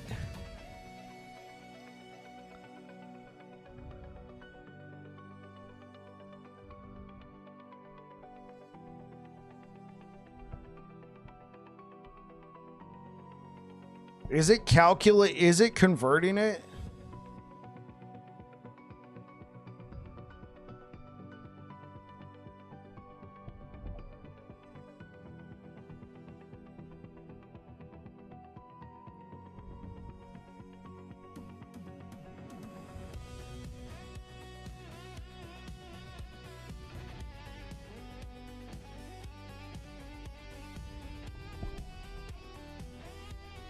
No, it's not.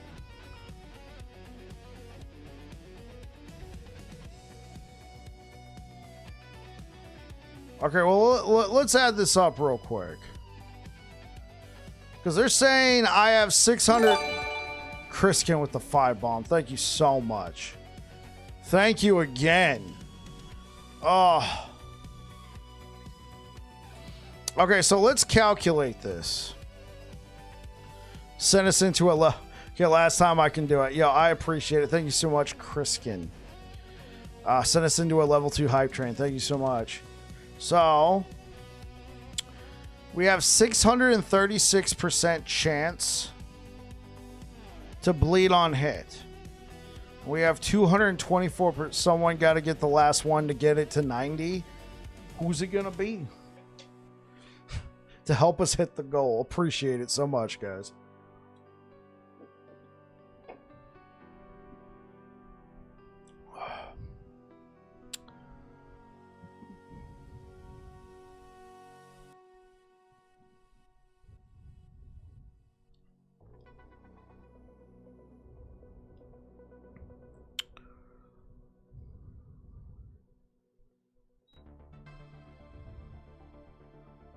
I don't know if it's converting all of this into bleed. Tilron coming in with the one with coming in. It helps us hit the goal. Thank you so much. Tilron coming in. Boom. Thank you so much, everybody. We hit the goal.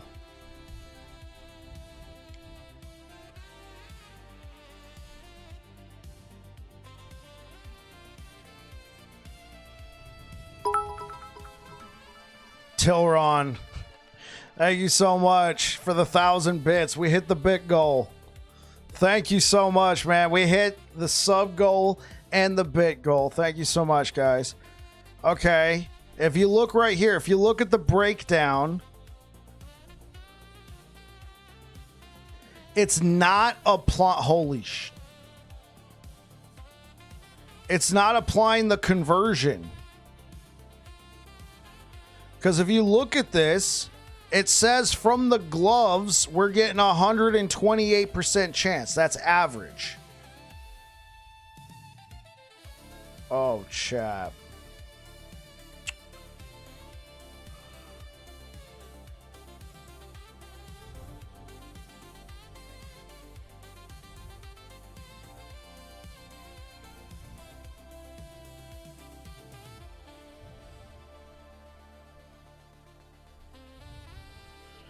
We have 1,097% chance to bleed.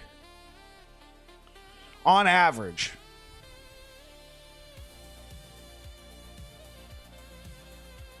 That means every hit, we're going to be applying 10 to 11 stacks of bleed per hit, per hammer.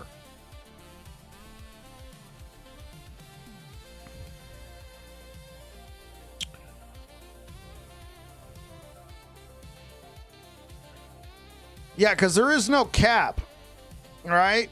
There is no cap. Yeah, that's going to be insane. And we have 224% duration, okay? So get an idea. This is average, right? So let's... Okay, so imagine with me. What is the standard duration of bleed? I believe it's what, 3 seconds, 4 seconds. Let me look real quick.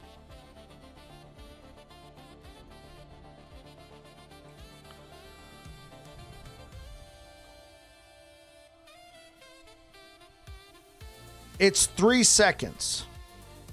That is the standard duration.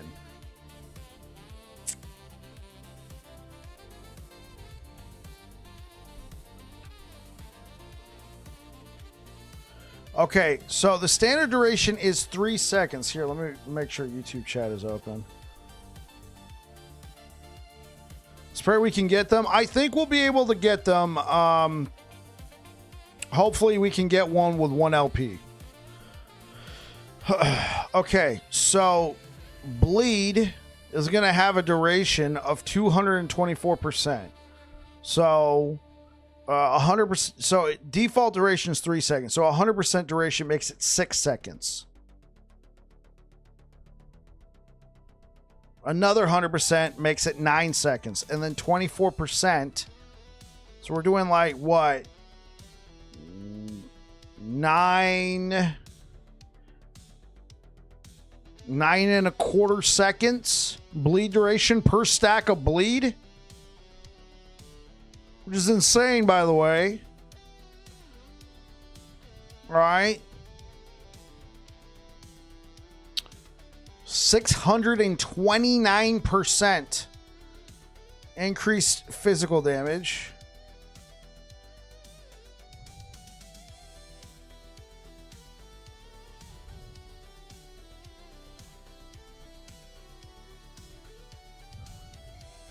Okay, so each stack of bleed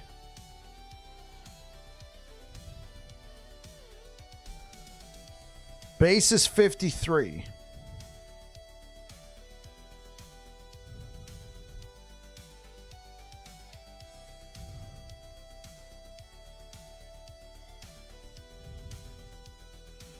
Okay, here's what I want to know.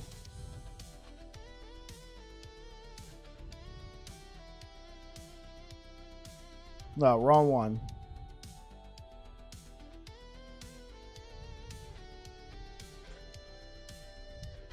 No, we don't want that.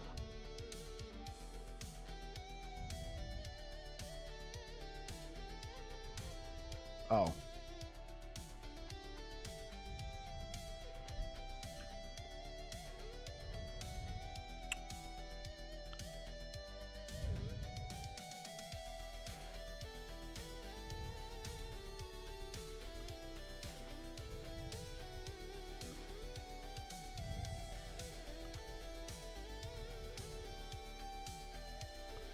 Okay, so duration doesn't affect the damage.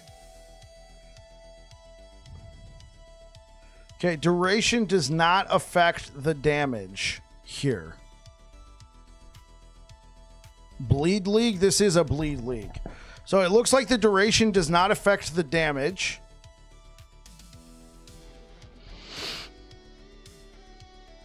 So is this how much damage it would have done over the course of 3 seconds, but now we increase the duration to 211?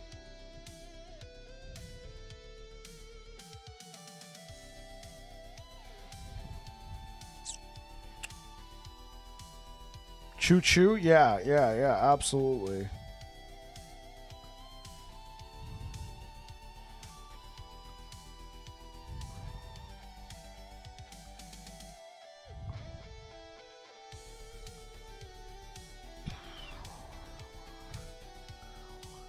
Yeah, dude.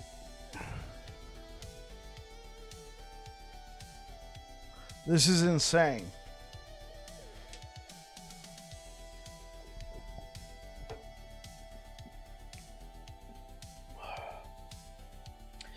These are some insane numbers.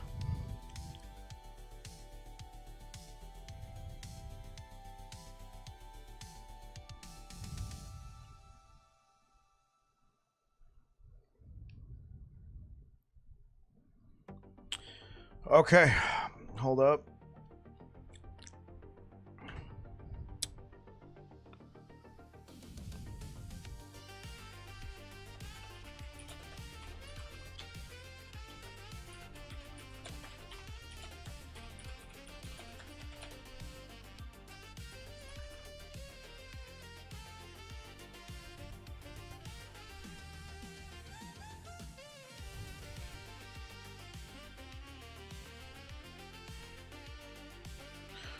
All right, here's this planner.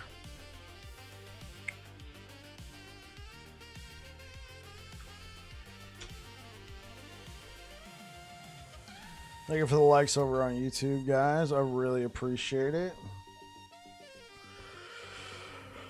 All right, so that is 2.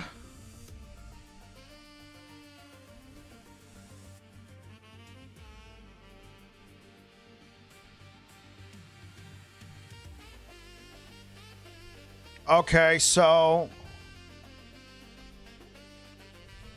I gotta correct this. I gotta fix this one.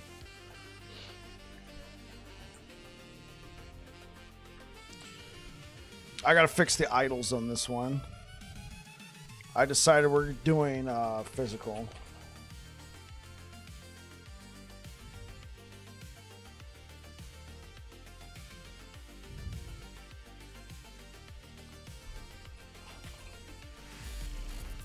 Yo, Zambriel, thank you for the follow.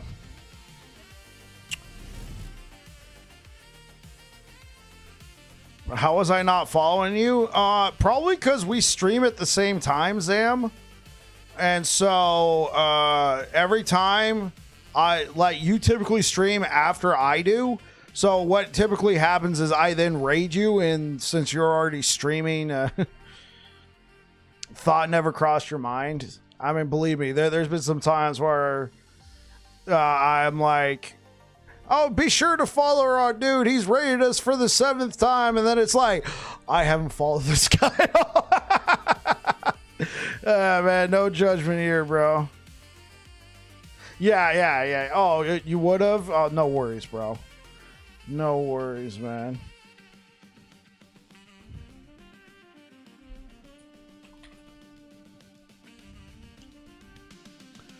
Yeah, I think physical damage over time is the way to go.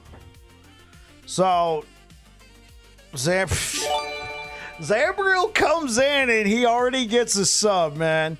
Criskin, wait, not Criskin. Tilron takes care of Zambriel. Oh, yeah. I love bleed in LE. PoE sucks with the bleed limit. Yeah, because there's no limit on bleed. No, well, while we're here...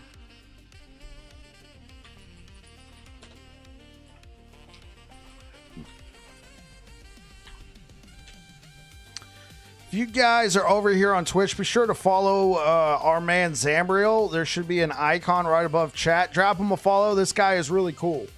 I was hanging out in a stream earlier, and we were, you know, dissecting and coming up with ideas. Eventually, I wanted dinner. I wanted food. So I left, and then I went live. So, I mean, that's why I didn't stick around. But nonetheless, if you're over here on Twitch, be sure to go follow our man, Zambrio. Thank you so much. Thank you for the likes over on YouTube, guys. I appreciate you guys over there. Food is definitely more important. Yeah, my wife and I, we actually cooked a meal together. Made pasta. Okay, so this is the hammer throw I recommend. I'm going for Hammer Vortex. I really like Hammer Vortex. I know not everybody likes it. We also had pasta. That's what I'm talking about, Zambrio. So yeah, okay, so this is the one I recommend, but in the other planner, which should be in chat right now, I did a chain setup if you wanted. I really think the name of the game this season for using Abyssal Echoes and consuming the stacks. Bleed stacks deal damage instantly. Because let's go ahead and take a look. Because we already proved in the calculations. If you look here at the bleed, 636% chance to bleed, right? 636% chance. But if you look at it, it's not taking into account the conversion from carry on. It's only applying the chance to bleed that carry on gives you. Right? So let me see. This is the calculation. We actually have a 1,097% chance to bleed. So I'm thinking we're going to hit 999 very fast, especially with, you know, a 239% duration. Also, we're using Brewmaster's Buckle. You drink a potion, you gain 10% of your maximum health gained as endurance.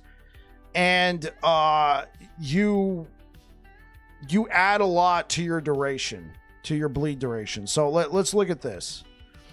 Let's do some math right here. So we got Brewmaster's Buckle. All right. So if you didn't know, we come over here to Paladin. This node, Penance. Bleed duration per 20 endurance threshold. It doesn't say 20 endurance max threshold. It just says 20 endurance. 10 sacks per hit. Easy game. That's what I'm talking about, Zambrio. So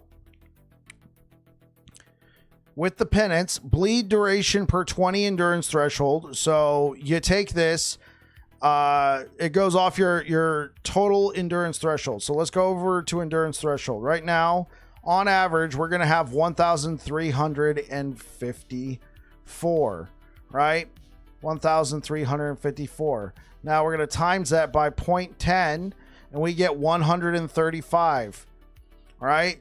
So we're going to divide that number by 20, which means we add, it's not huge, but when we drink a potion, we're adding around 7% more duration to our bleed stack. So it's actually a good idea to drink a potion, hit them really quick with the hammers, consume the stacks with Abyssal Echoes, and then repeat the process, because at this point you're now going to be applying the 20% damage buff and the crumbling buff. Damage over time taken 24%, and then you're going to want the turbulence. You're going to do that. So that's the idea. You know, so maybe, you know, hit them a little bit with the hammers, consume the stacks with Abyssal Echoes, and then do the crumbling node. Do the crumbling reapply. Yeah, this is how I recommend you do hammer throw. We updated this, so yeah, let's go ahead.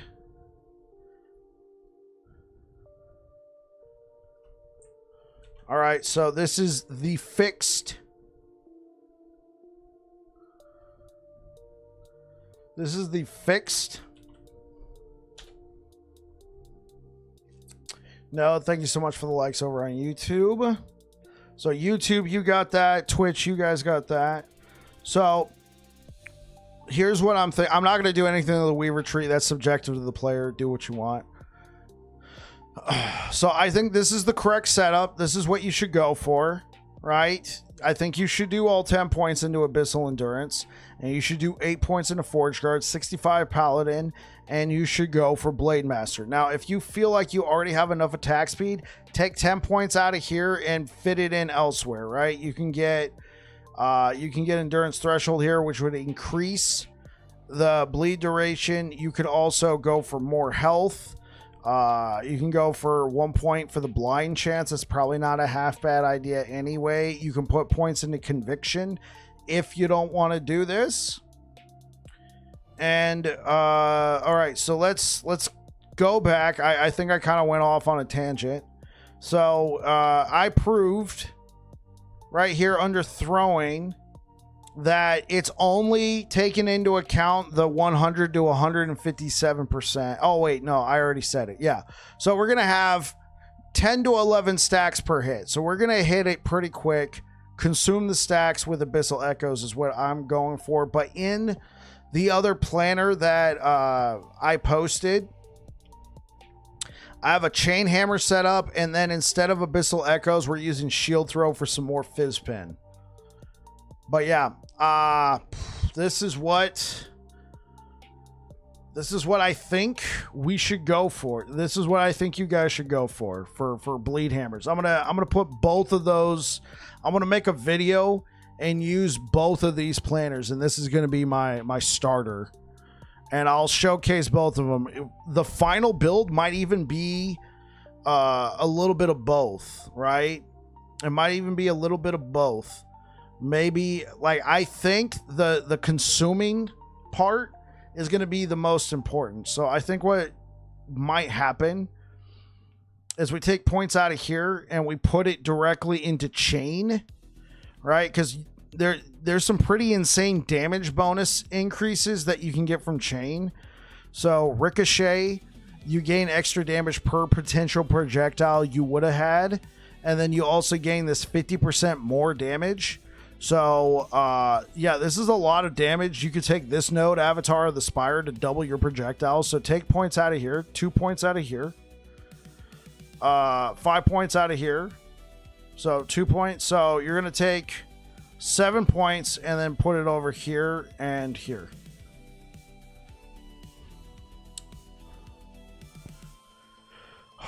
All right, let's do some testing. Let's do some playtime. Let's do some playtime. Hold up real quick. I was working on a Void Knight. I think I want to test some some bleed hammers real quick.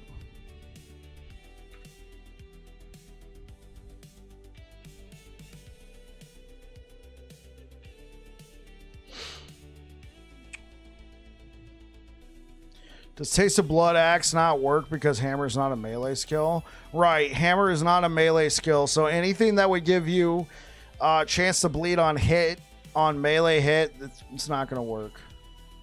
So we got Babel Knight. This is the guy I'm working on. The easiest thing to test right now is I could just hop onto Davion. I may ask, sir, how would you gauge how much leech is too much? I'm sitting at 30% leech. And it feels like overkill. That does sound like overkill.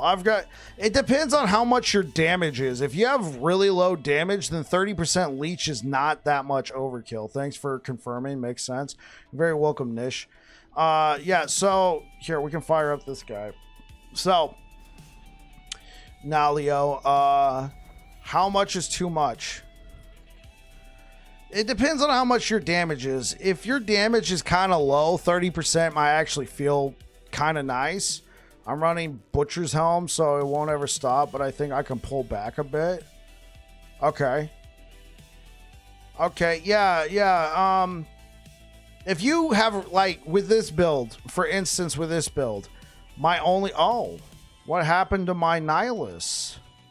Oh no, I'm gonna need that. For this particular build, I'm only relying off 2% I'm only relying off 2% physical damage over time.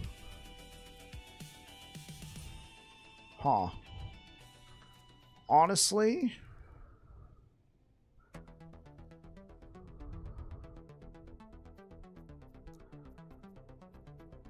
let's actually play. I think I got this guy set up for judgment. Oh, oops. Where am I?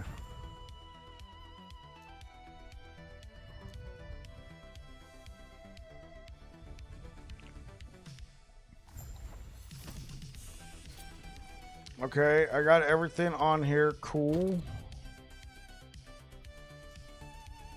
How annoying is this going to be to set this up?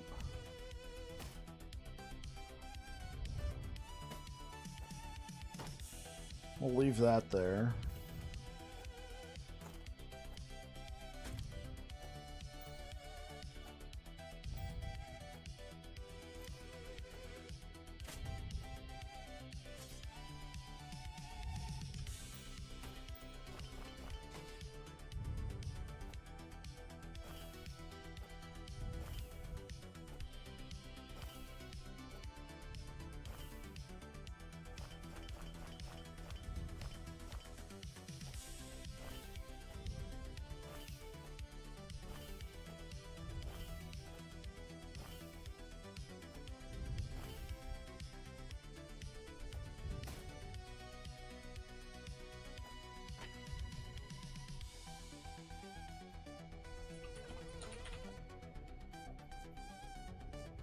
Wait, do I not have another pair of Salt the Wound? Oops.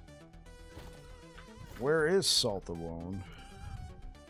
Who has my Salt the Wound? Oh, I know. I know where it is.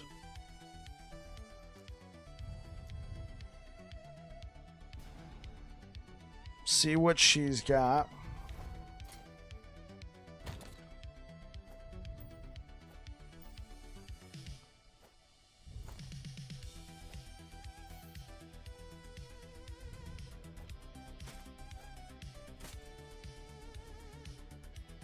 Do I sell merch? No, I actually do not sell merch. You're actually the first person to ever ask me that, so... now that the question's out there, maybe I'll consider it.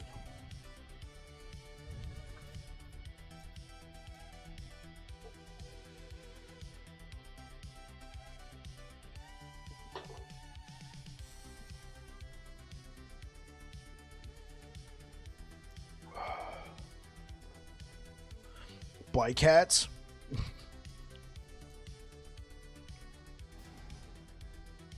All good. I bought Aaron stuff. Oh yeah.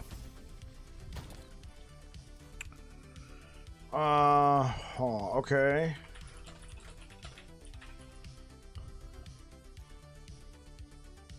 Here we go.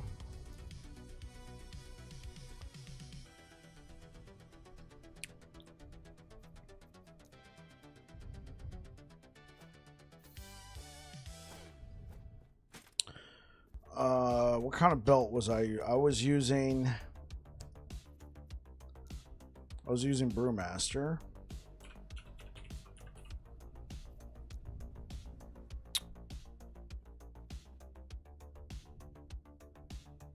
Oh, nice. Excellent. There we go. This is what I'm talking about. Okay, so we got Brewmasters. Let's look up.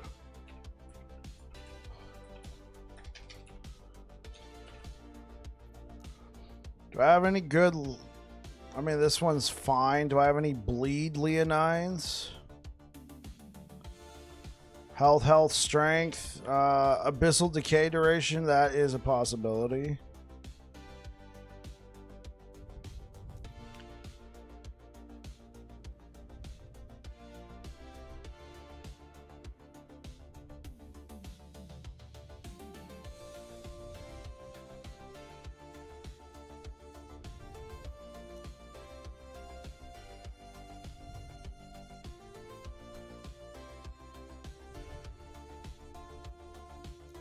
Shirts with I watch slams with bike. All I got was a 1 LP weapon, yeah.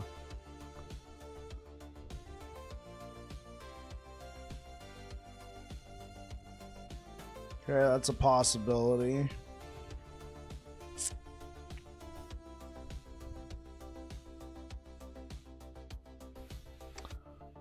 Okay. This is like one of those things that you don't really want to mess with. Holy moly.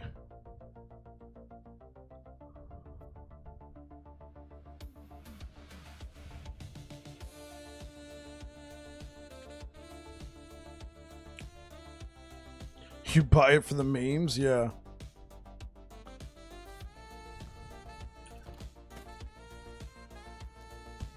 Plus 5 levels to Devouring Orb. Let's take, probably gonna do Cough, yeah.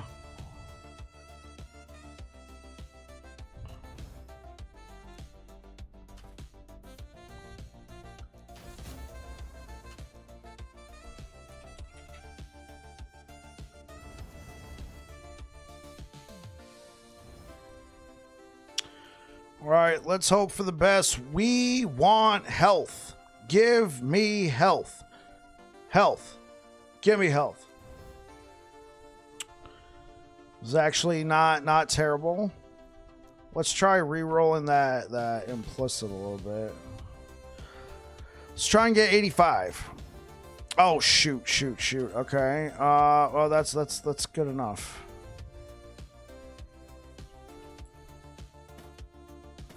Well, I guess I'm sticking with this. Forgot to turn on streamer client. Hey, I'll have you know.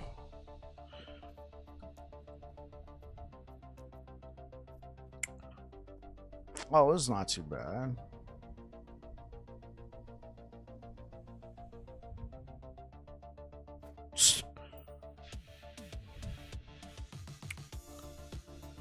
I could run these, but I'm gonna want my block chance reigns.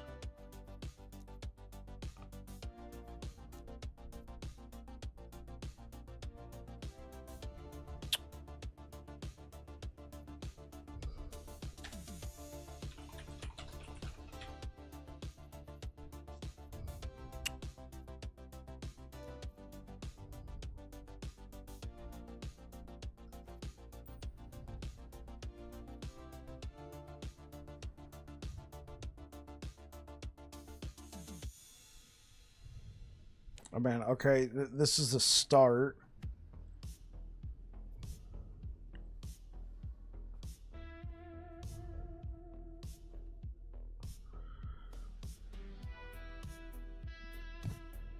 Okay, whoa, hold up. Please seal. It's not gonna happen. No. Oh, shucks.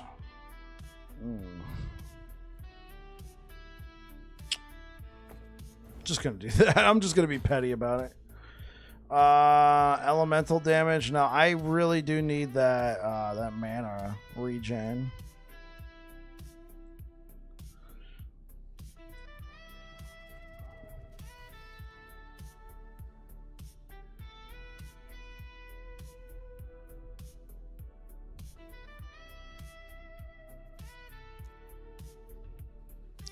I wonder what happened to the reins I was using.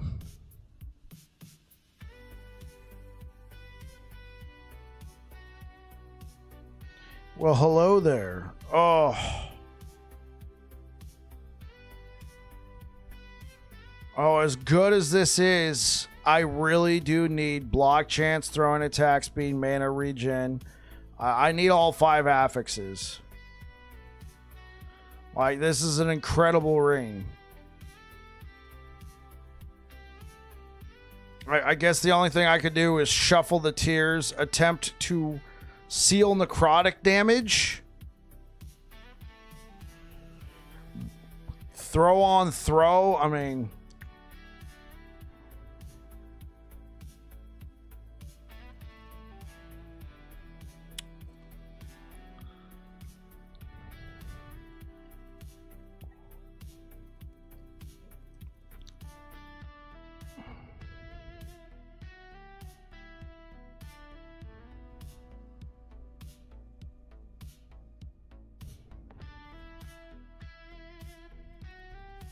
Yeah, what rings did I use?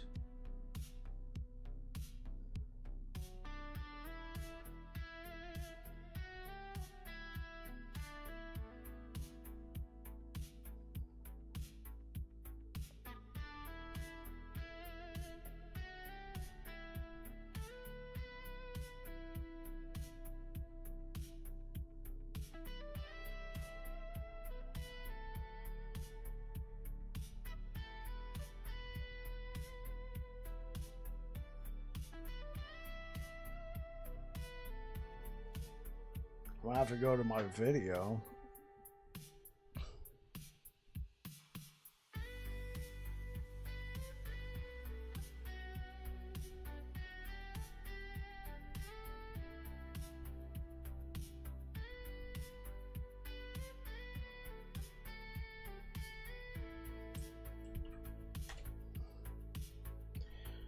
Okay, I had 2 opal rings.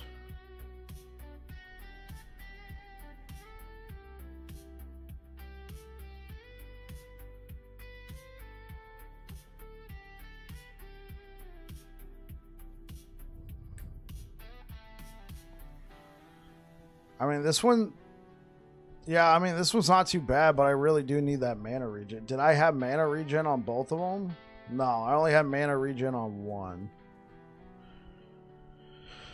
Oh, okay.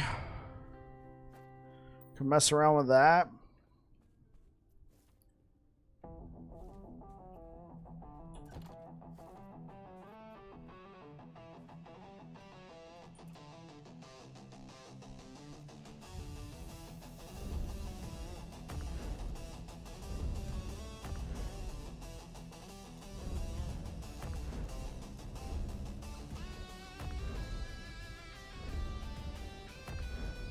We're going to want hammer, symbols, holy aura.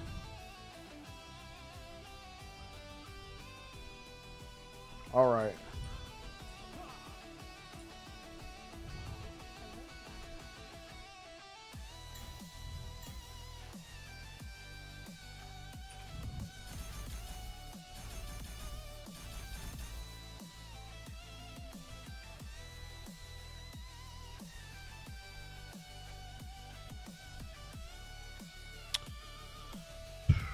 Gonna go play BG3, but y'all have a good night. Yo, Nish, thanks for being here, man.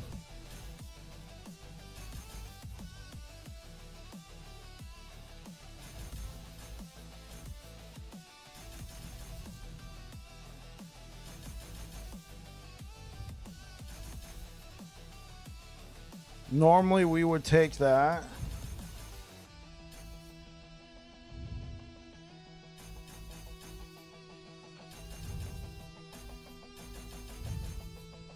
Oops.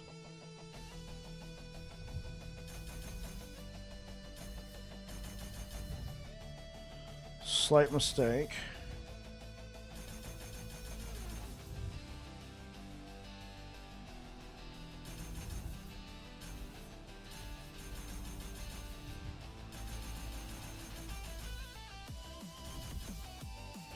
I got 1 extra point.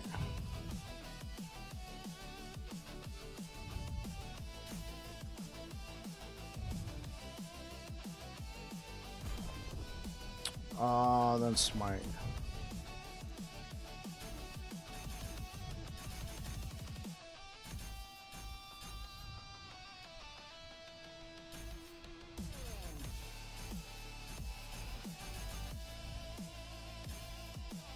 Oh yeah, we didn't take pop.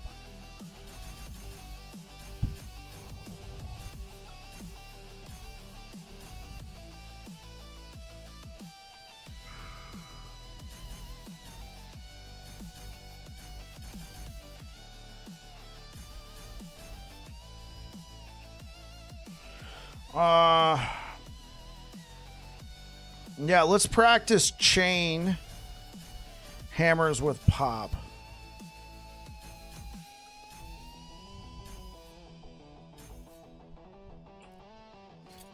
So we might not need all those affixes.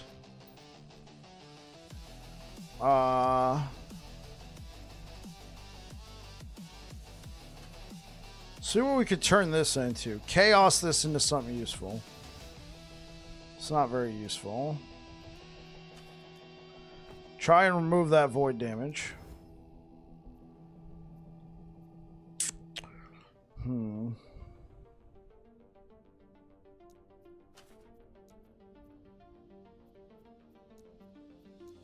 So this is the part where we try and get lucky. Oh. We did not get lucky. Okay.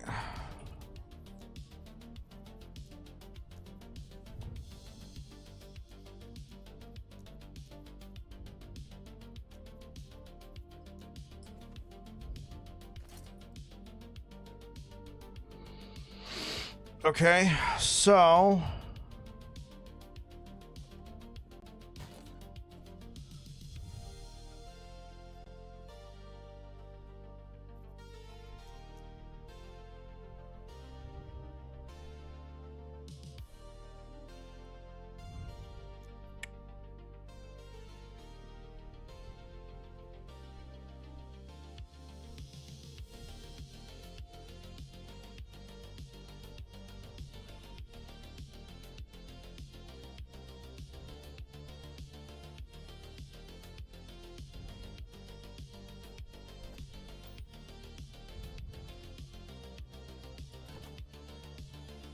okay, well, we're good there.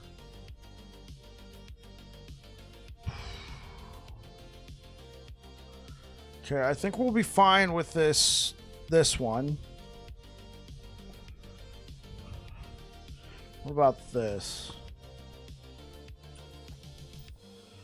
Yeah, I don't know what I'm gonna do with that void damage.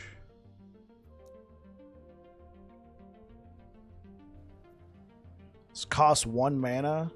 Do they currently? Oh, okay. Okay, so let's look for 1. Hold up.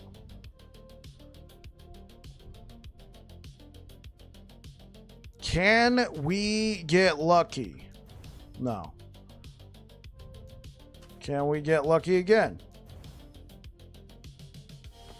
Just break it down.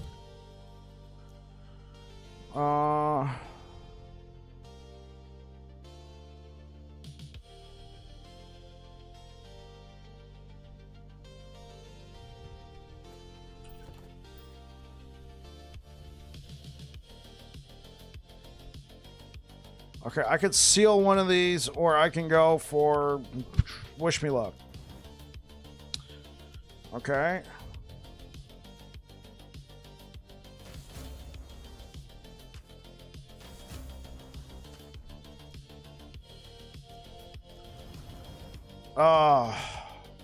It's close though. That's okay. It's a side grade almost, except we lost like. Oh man, I think we're better off with that. Okay.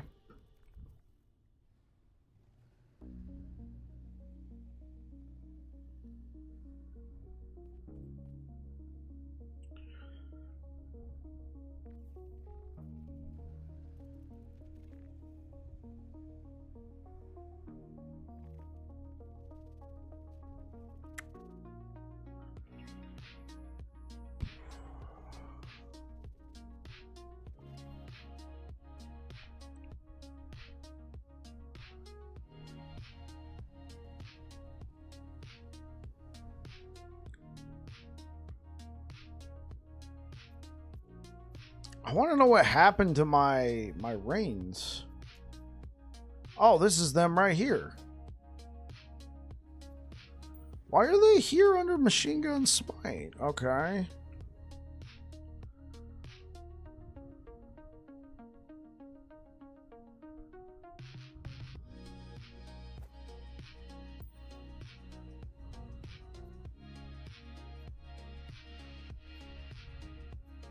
Honestly, I'm going to take the block effectiveness. Okay, thank you so much for being patient, everybody. Oh yeah, let's change up our blessings.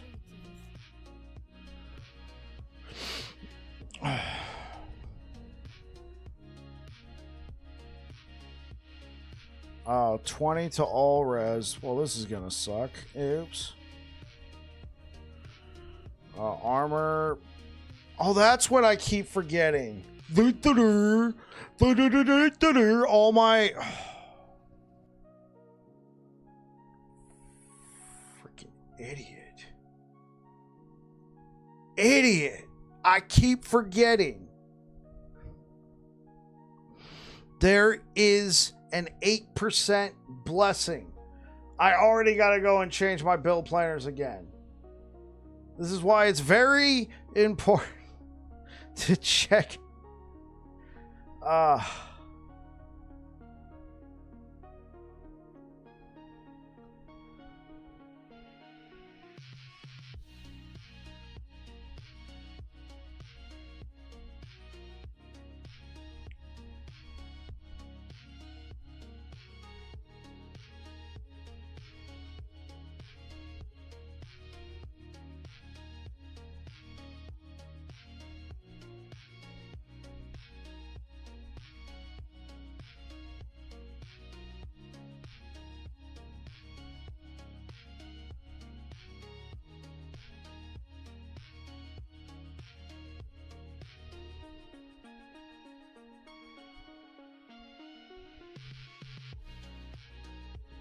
There we go.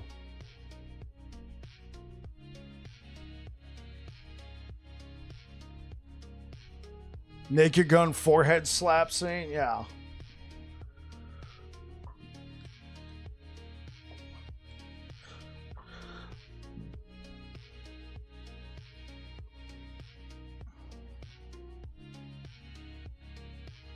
Okay, my builds have been updated.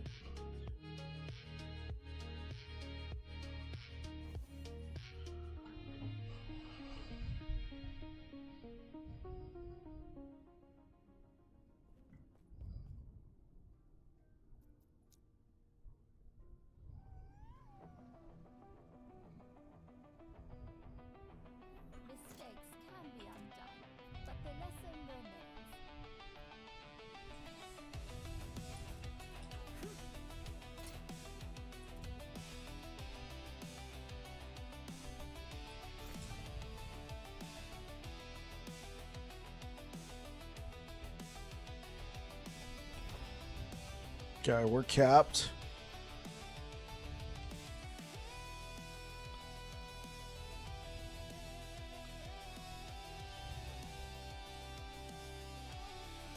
%106% block chance. That's good enough for me, chat. So let's go to an agreeable timeline. I need something low. Well, I guess this is the lowest one.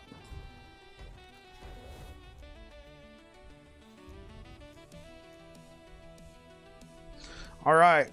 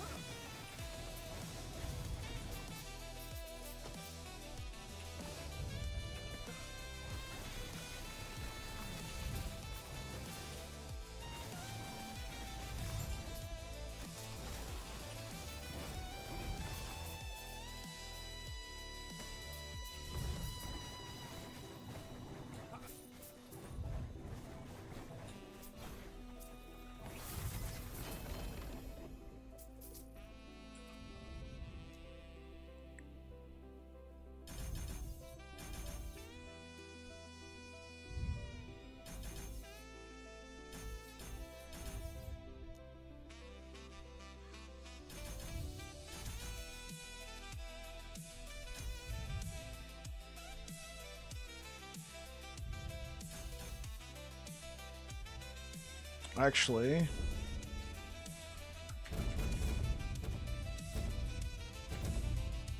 We don't need this.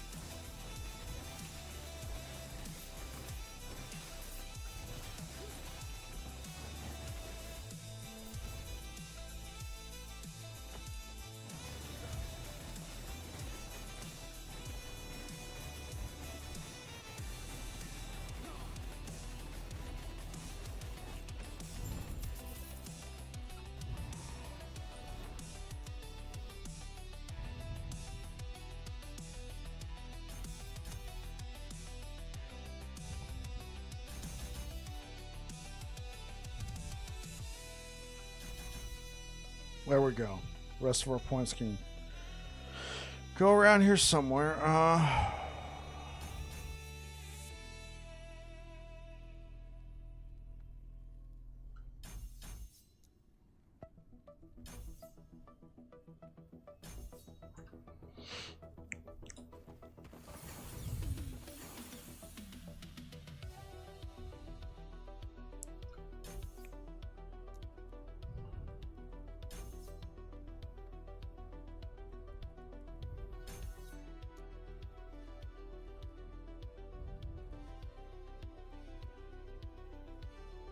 Sure.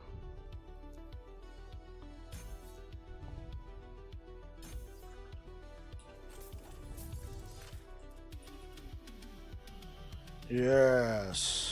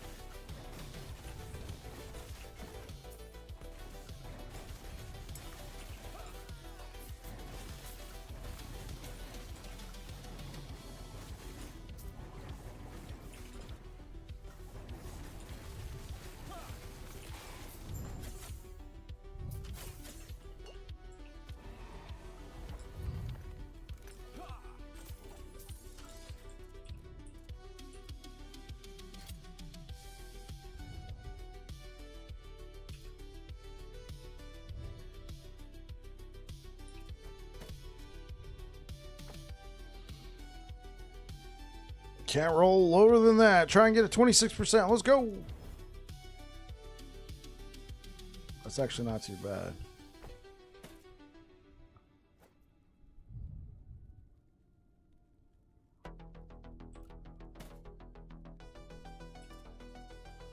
And we get a little bit more bleed duration out of it. And we get... Oh. Yeah, I think I'm going to kiss off the, you know, like 40 health or whatever.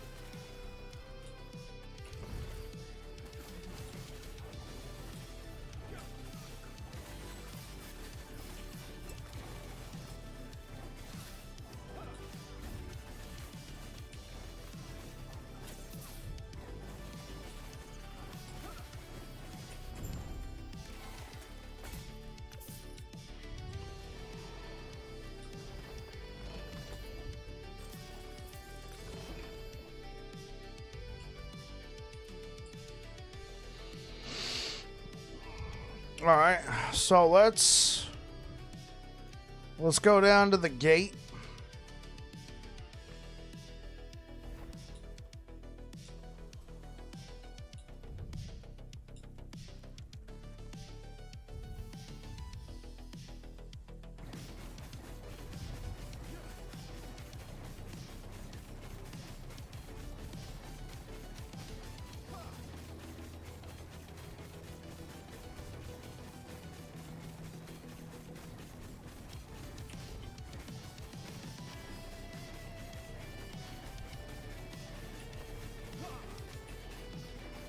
Hey, what up, Morn? How you doing?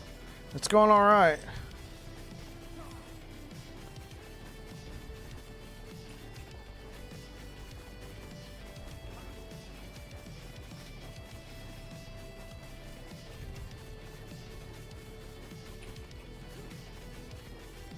Okay.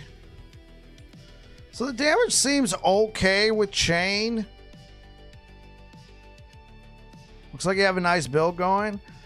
Thank you. I'm trying to see if Chain Hammers is going to be worth it to use the new Primordial Unique coming to the game. The Primordial Unique is called Carry On. Something or other another. And I'm trying to see, because we can gain a lot of extra damage with chains, but we lose the spiral, right? We lose the spiral that gives us so many extra hits.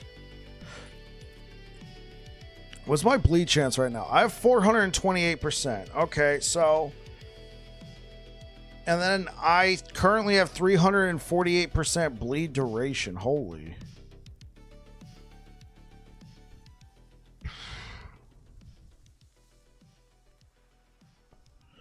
So... I actually have pretty good idols. So, here's what I'm thinking. The new gloves are going to be lit. We're going to easily have double the bleed chance.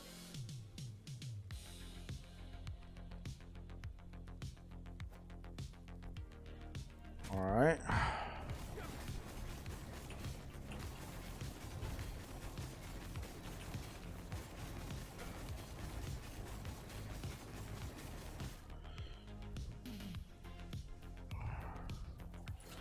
Okay, I need at least one. Was it mana regen's 14%? Ouch. Okay, so I need at least one more source. Let's...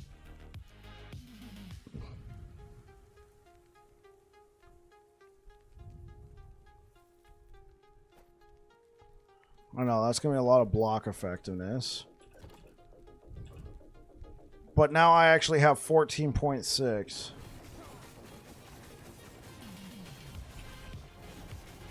This feels a lot better.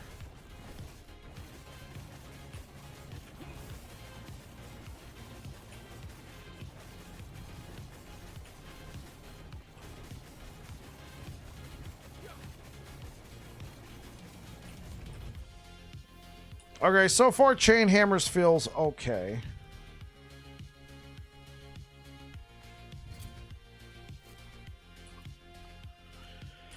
It feels okay. Let's just redo the skill.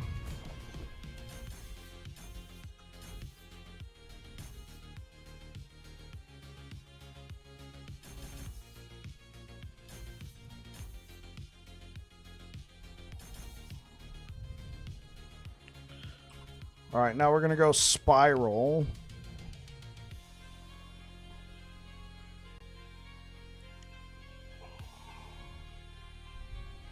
Okay, so let's go spiral hammers.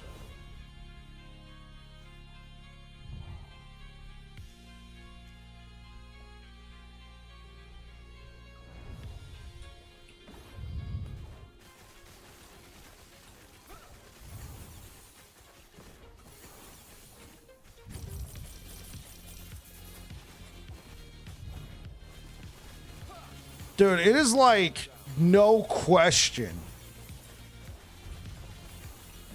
Holy, like I am killing so much faster and I haven't even...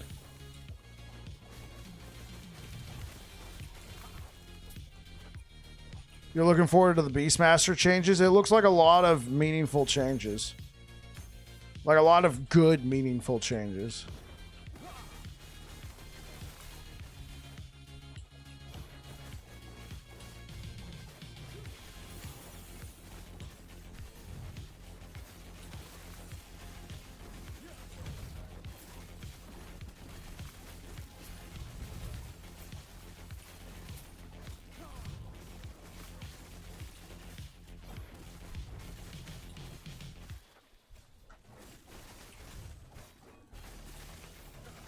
Yeah.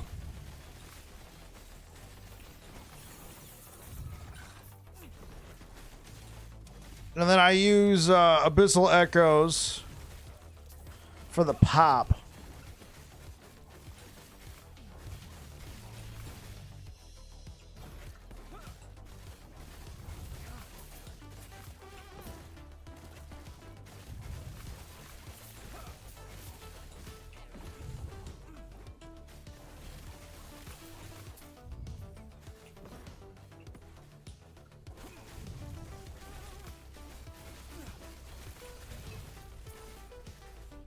What a nice build. I've been running Bleed Hammer builds for a few seasons now.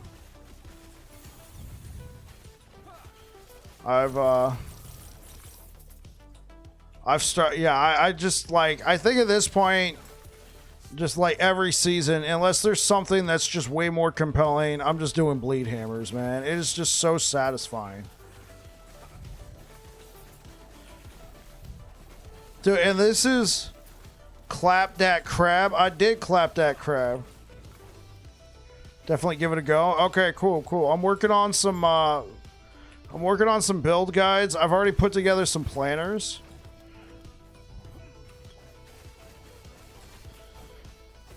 I'm gonna record some footage, and then I'm also gonna put out a leveling guide. Yo, Morin, thank you so much for the follow.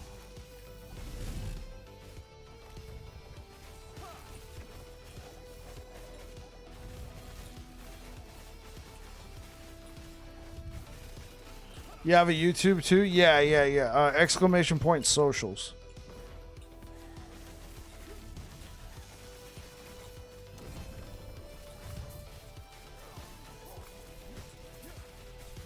Oh, what? Did I take it out of there? Hold up. I don't even have a link to my Discord. What a loser. I'm a loser.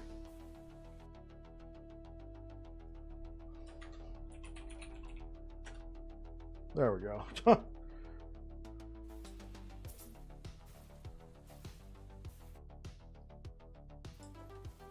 Oh, you found the link through FB. I'm pretty bad about updating that FB account though. Like really bad.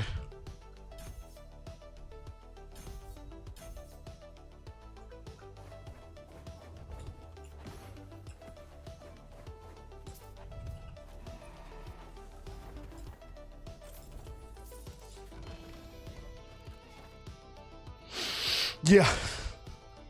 Yeah, if you're interested in staying more up to date, I would say join the Discord, ! Discord. I don't know if Discord's your thing. That's typically where I try and keep everybody updated.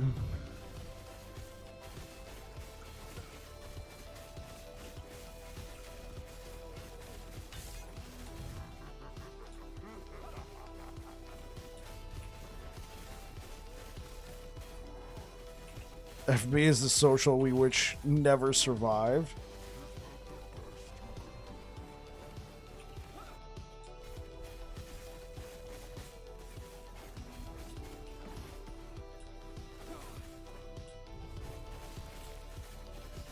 Okay, chat. So imagine with me. Yo, Rich, thank you for subscribing over on YouTube. Imagine with me having almost 2.5 times the bleed chance.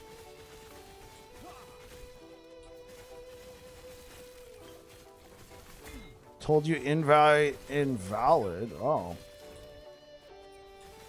Let me see if I can get you an updated link.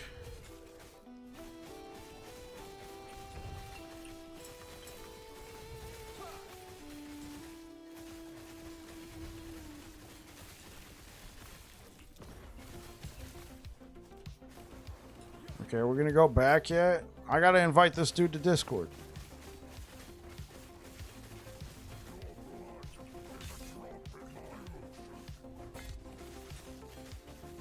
It's done this before. I'm dead? Yeah. I got stuck on the wrong side of beam. Yeah, I've tried to join the disc. Well, yeah, my Discord is public. Like, what? You guys should be able to join.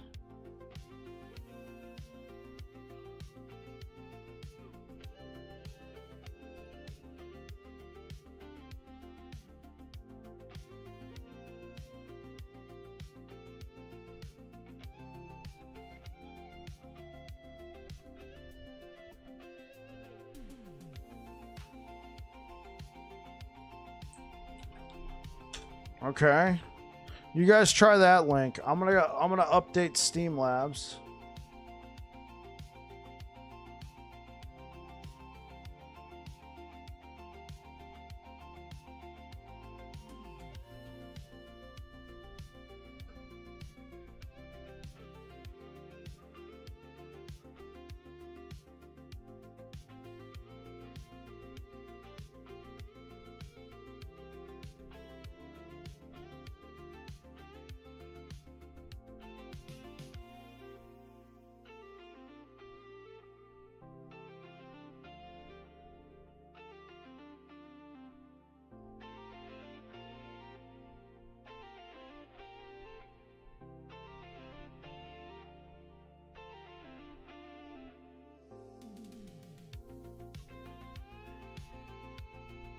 Yeah, absolutely.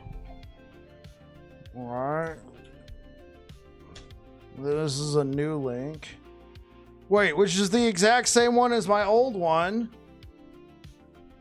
Oh, okay.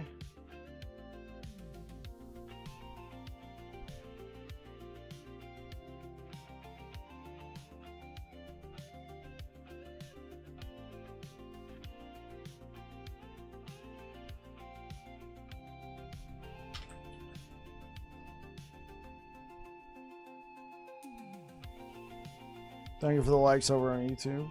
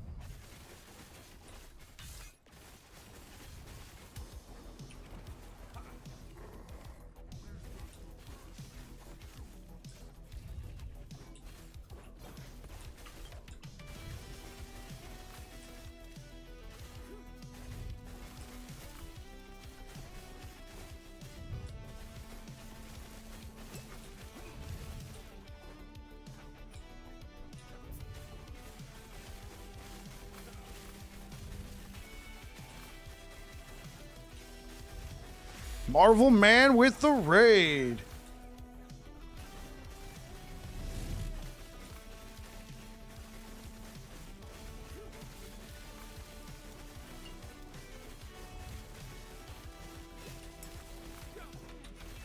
Oh, man, I'm sorry to hear that, Morn. Are you able to submit a ticket with Discord? It's a marvelous raid. Yeah, hardy har har. What were you up to, man?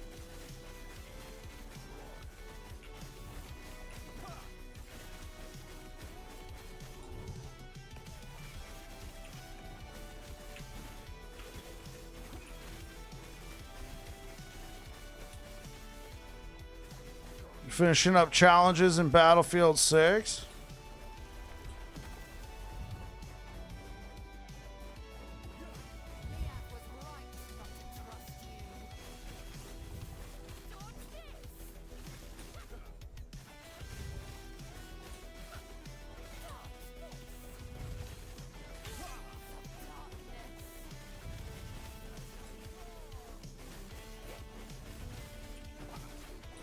Jeez!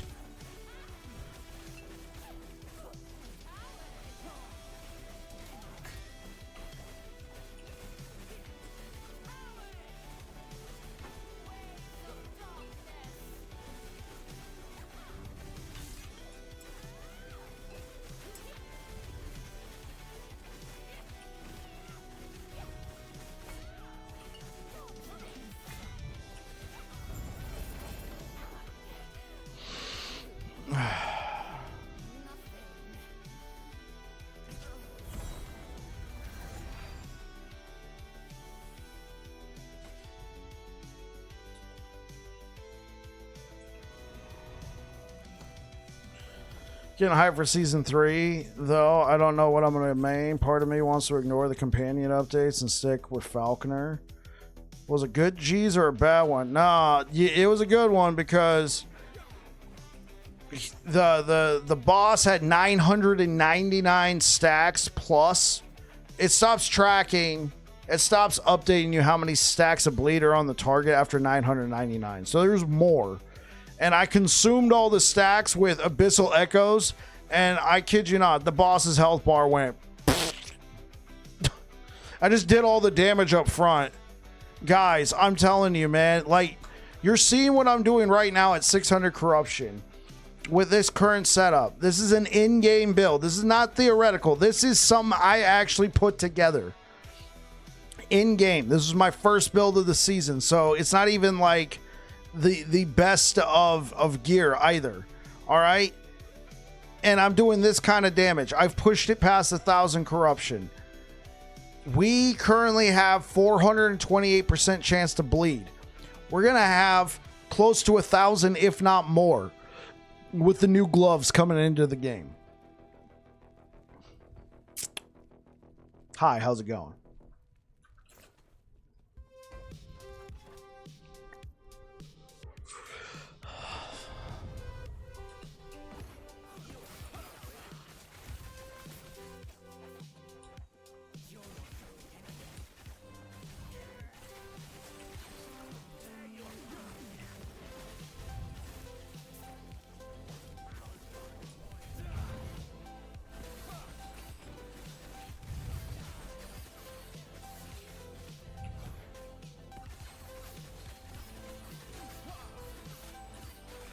Well, I figured, well, I'm going to be playing as Paladin, but I wanted to put together a leveling guide for Void Knight, and I've decided Void Cleaver Racing Strike is pretty cool. Yeah, I'm very happy with this build. I think it's going to be even better. So let's go check out. Maybe the new season will show stacks greater than 999. Maybe. So here is my level 26. Here's my level 26 Void Knight. Solo character found. I feel very lucky. I have gotten Bleeding Heart and a Dream Thorn in this leveling run. I feel like I've won. Alright. I feel like I've won. Obviously, it's going to be kind of... I don't think I'm doing this good because I found the uniques. I think anybody could play this with any sort of weapon they find. But let me give you an example. Oh, also, real quick, let me shout out Marvel, man.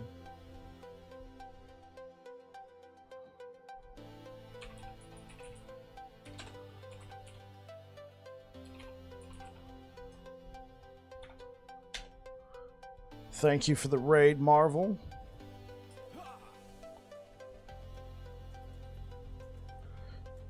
It's getting bloody hot in here, man.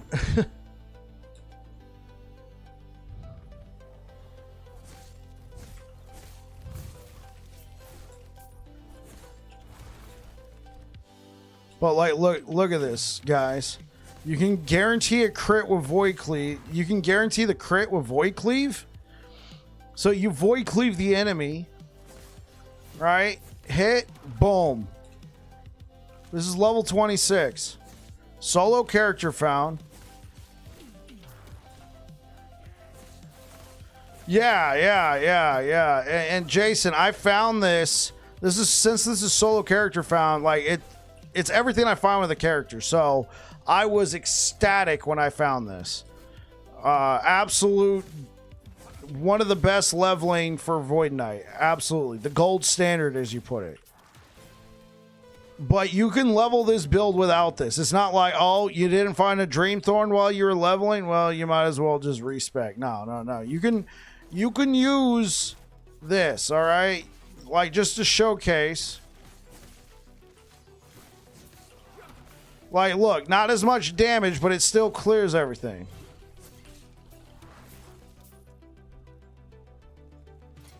Obviously, I'm going to keep using Dreamthorn. I also found a fire starters. Like I really want this leveling process. Such a cool sword from the old days. I love it.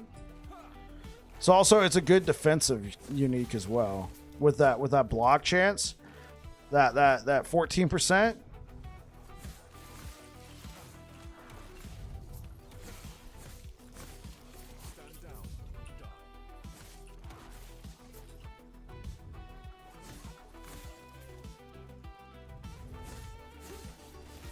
So yeah, this is what I would say would be the leveling guide. Clears pretty good, yeah. Oh yeah, Zambriel. Hey, what's up? Yeah, so this is what I think you should do. I think this is what should be put onto the website.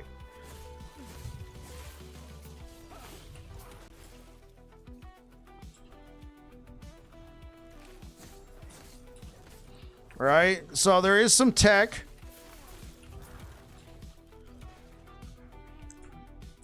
Right, the way the Vengeance power-up works, right? The Vengeance power-up, you do more damage.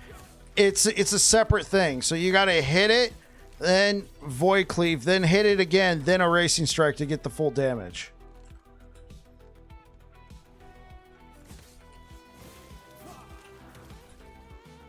Or I suppose you could just Void Cleave, hit, but since Vengeance powers your next Void Cleave or Erasing Strike, why leave damage on the table? Hit. Well, they're all dead. Hit, bam. That's what that is the tech.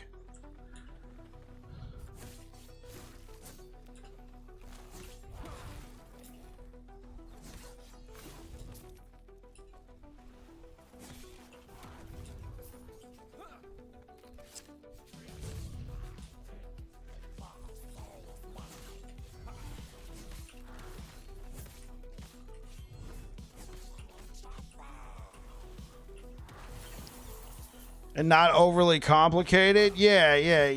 And even if you don't do it that way, you're still going to be doing a lot of damage. I mean, that's just if you want to be efficient.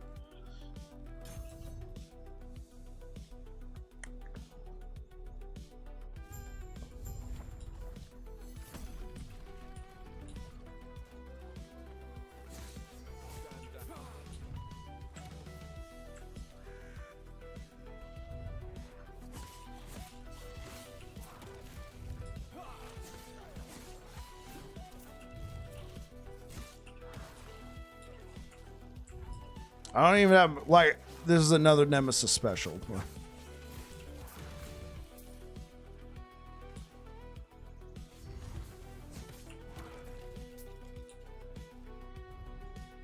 Oh, oops.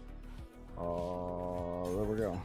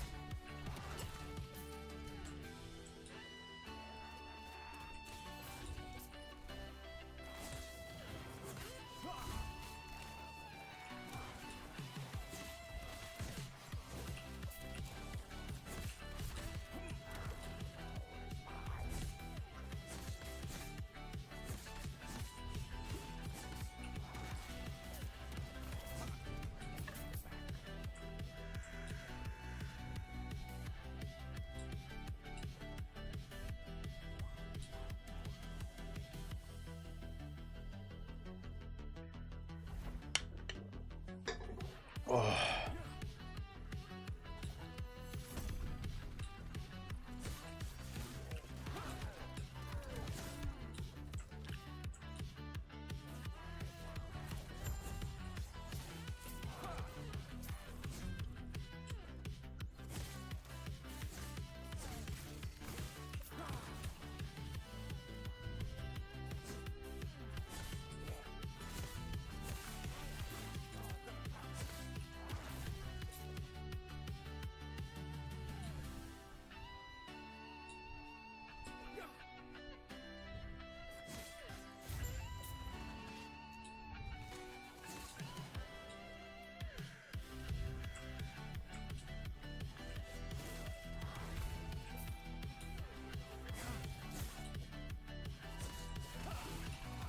Now if I found so you working for this league start?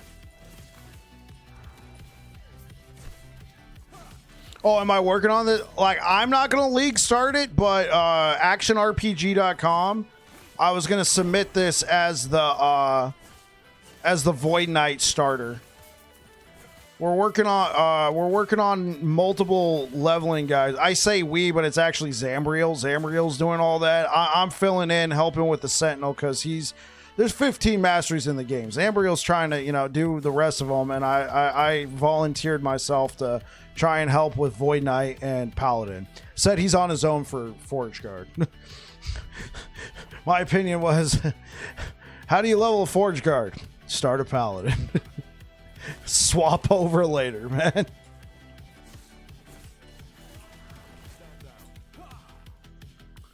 So for me personally, I'm going to be doing bleed hammers, bleed ignite hammers, and then eventually switching over to bleed.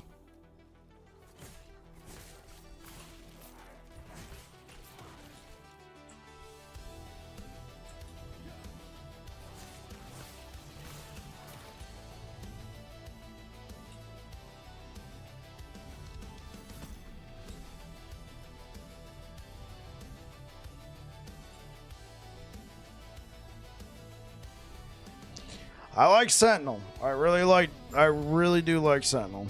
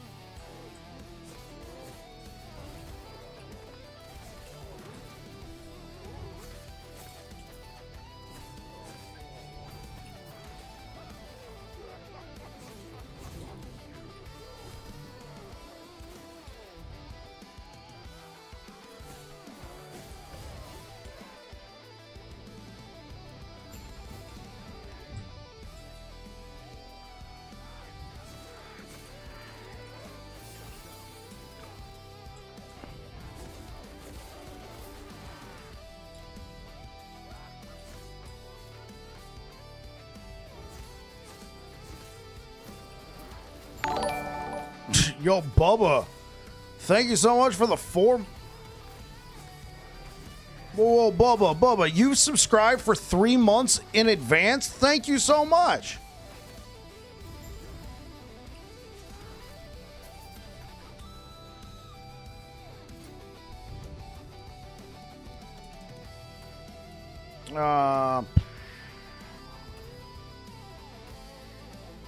I mean, do I have a chaos? Can I, YOLO? Can I YOLO the movement speed? Please, streamer client. Let me flip a button real quick. Give me movement speed, please. Okay, please give me movement speed. Movement speed.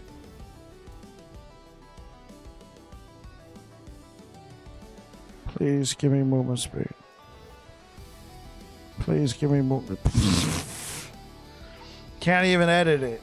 I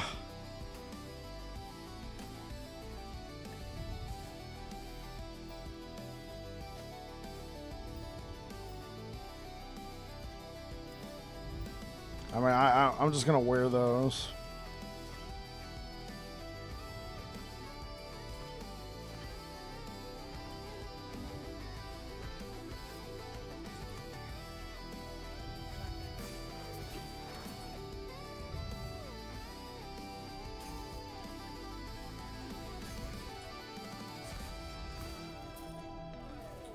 Mom says no movement speed. Yeah, apparently.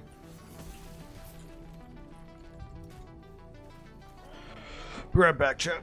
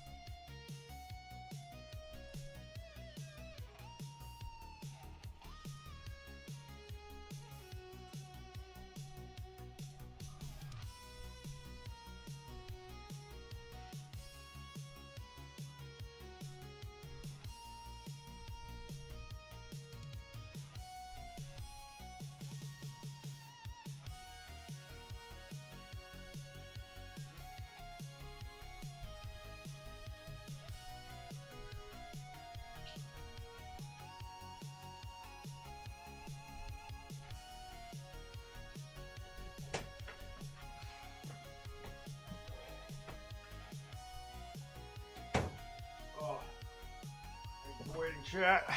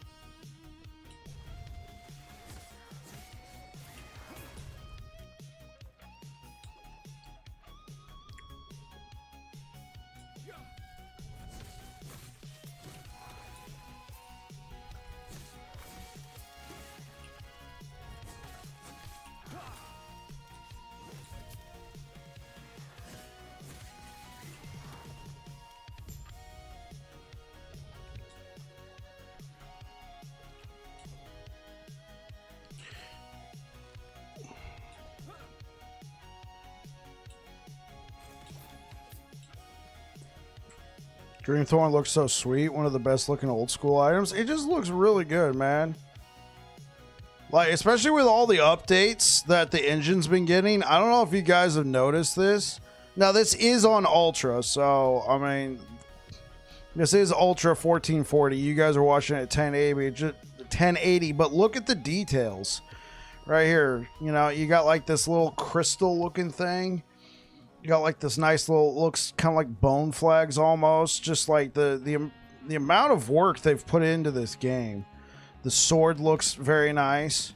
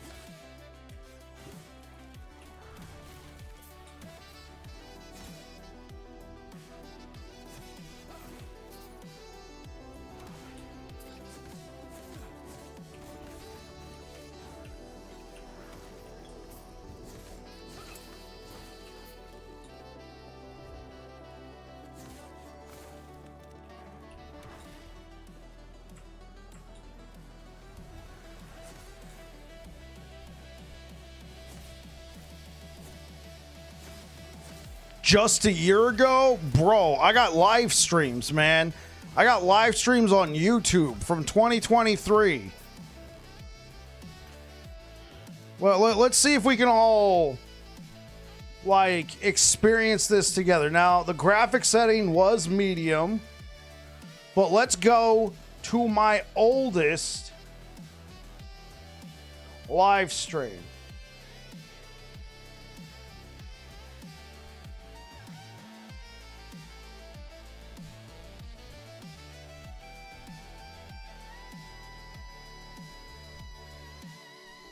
All right, here is my oldest live stream. All right. Now I'm covering my face. Let me. You guys remember the old office?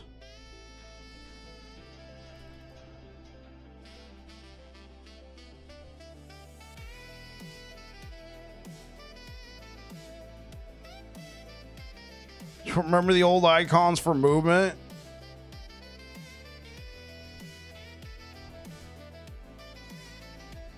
Brutal. Remember, look at those health bars. This is before the game even had its own before the game even had its own font.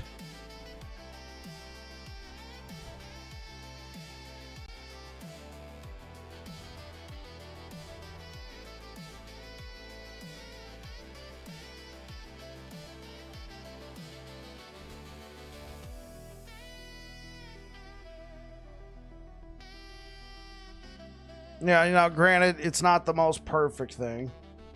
Oh, oops.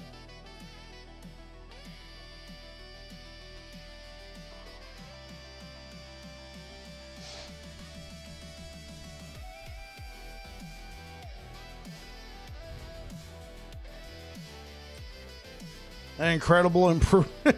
An understatement.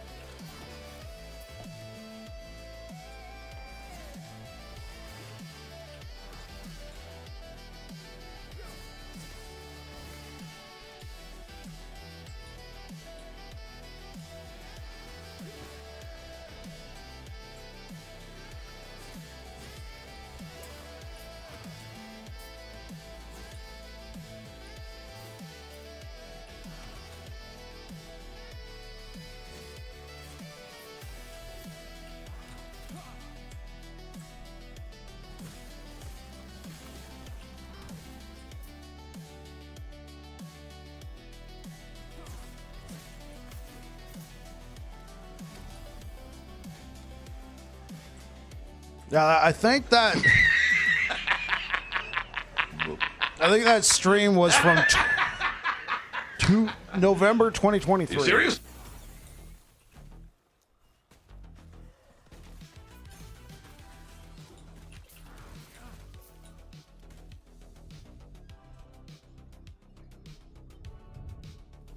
Hey, Bike, been tied up with family stuff. What's the TLDR? Did it survive Pablo? It more than survived. There's very few nerfs for Sentinel. Like, whatever build you were playing, unless it was Judgment, it is still viable. I think Judgment has fallen a couple pegs. Erasing Strike caught some nerfs, but I felt like they were sensible nerfs. You know what I'm saying? Like, we all knew Erasing Strike was overtuned, but they didn't just like take it and shove it into the ground. You can definitely tell they were annoyed with Judgment and the way you could sustain through Uber Aberoth, because they targeted the healing and the cleansing in Judgment. They reduced the damage, they increased the mana, they nerfed a bunch of the uniques that Judgment like used, and then they also gave Uber, they surprisingly hit the right stuff. Kudos. Exactly. And then they gave Uber Aberoth a healing effectiveness penalty against you. So if you take, like, you know, his little frailty thing, if you take one of those, you now have 50% reduced healing. I don't know if it's per stack or just 50% reduced healing, but that's a lot of healing. And honestly, that's probably what needed to happen, because I was saying that healing would need like some sort of a rework to make it work, but they actually just, you know, reduced the amount of healing that did instead of reworking healing altogether. That's probably the better move.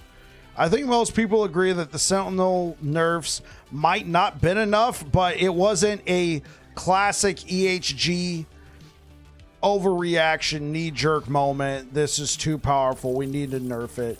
I commend them. If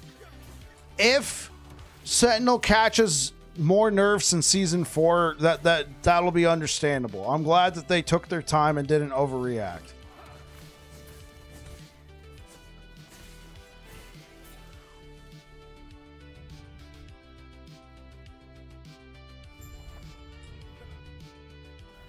Right. Like Blood of the Exile getting nerfed in the right way. They were like, it was just really strong for a long time.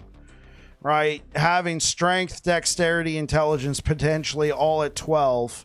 It was like the no-brainer default pair of boots for a multitude of builds.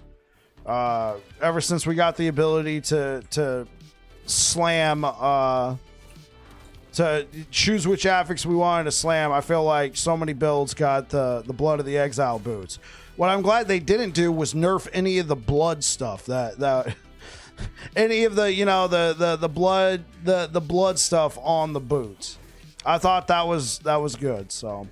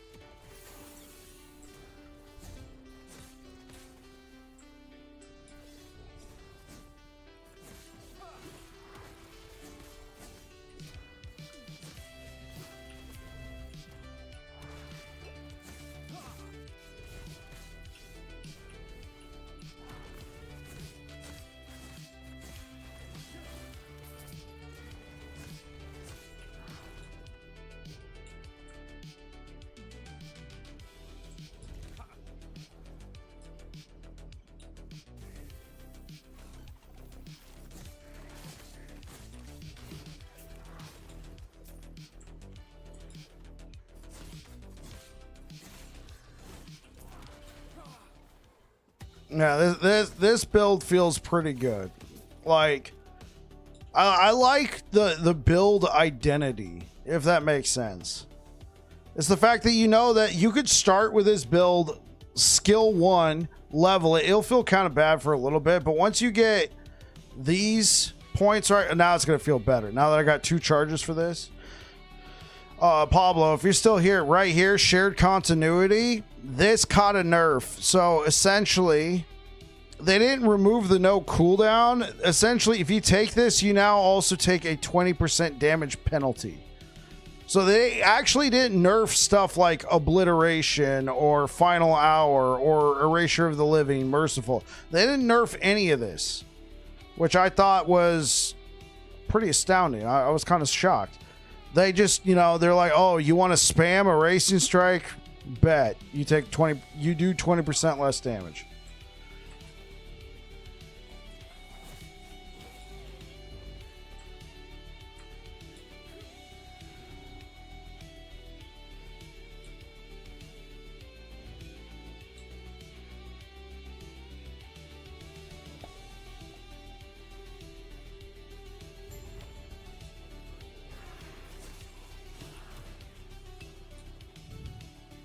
Oh, I think it's more than playable, especially if you're doing a build like what I'm doing. Right? Especially if you're doing like a Void Cleaver Racing Strike thing where you're not spamming Erasing Strike. You're using Void Cleave to set it up, bam, and then move on, rinse and repeat. Like, yeah. I could definitely see it.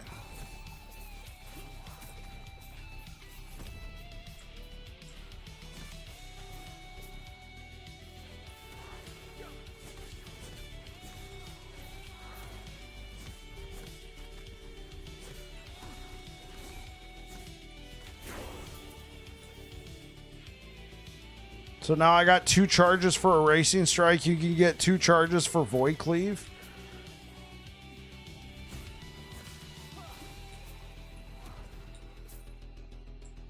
Especially if you find yourself like a pair of Dark Strides, brother.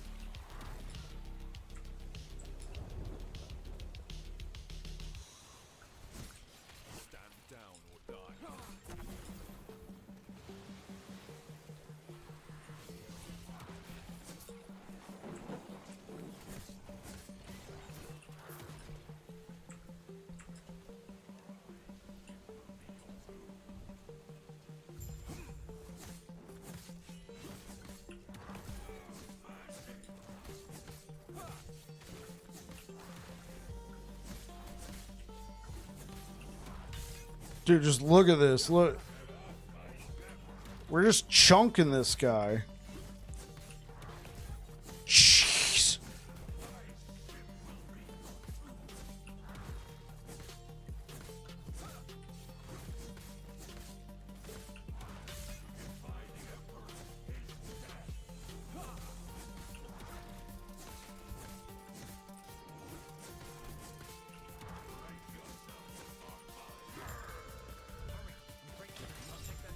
I mean, was that the fastest time I've ever killed Hearton with a fresh character? No, but like that was pretty fun.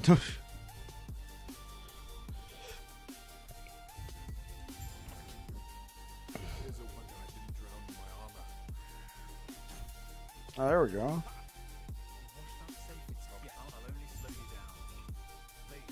Let me read this, okay? We could put 3 points there. I need to try and get that 5-point bonus. Oh, one thing I could do is dip 5. If I'm going to be using a sword, dip 5 points into Weapons Master for that melee attack speed. That could be good. All right.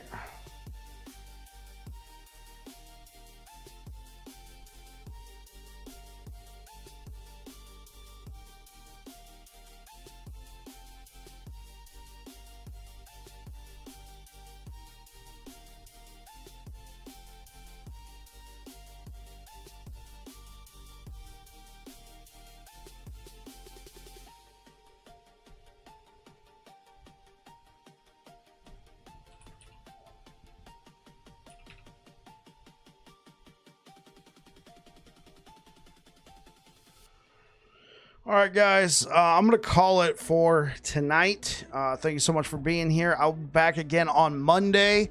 What I'm going to be trying to do is put out a couple builds for you guys. I'm going to put out my starter. We spent the entire stream today going through the well, not the entire stream. We spent a lot of the stream today going through the planners for bleed hammers.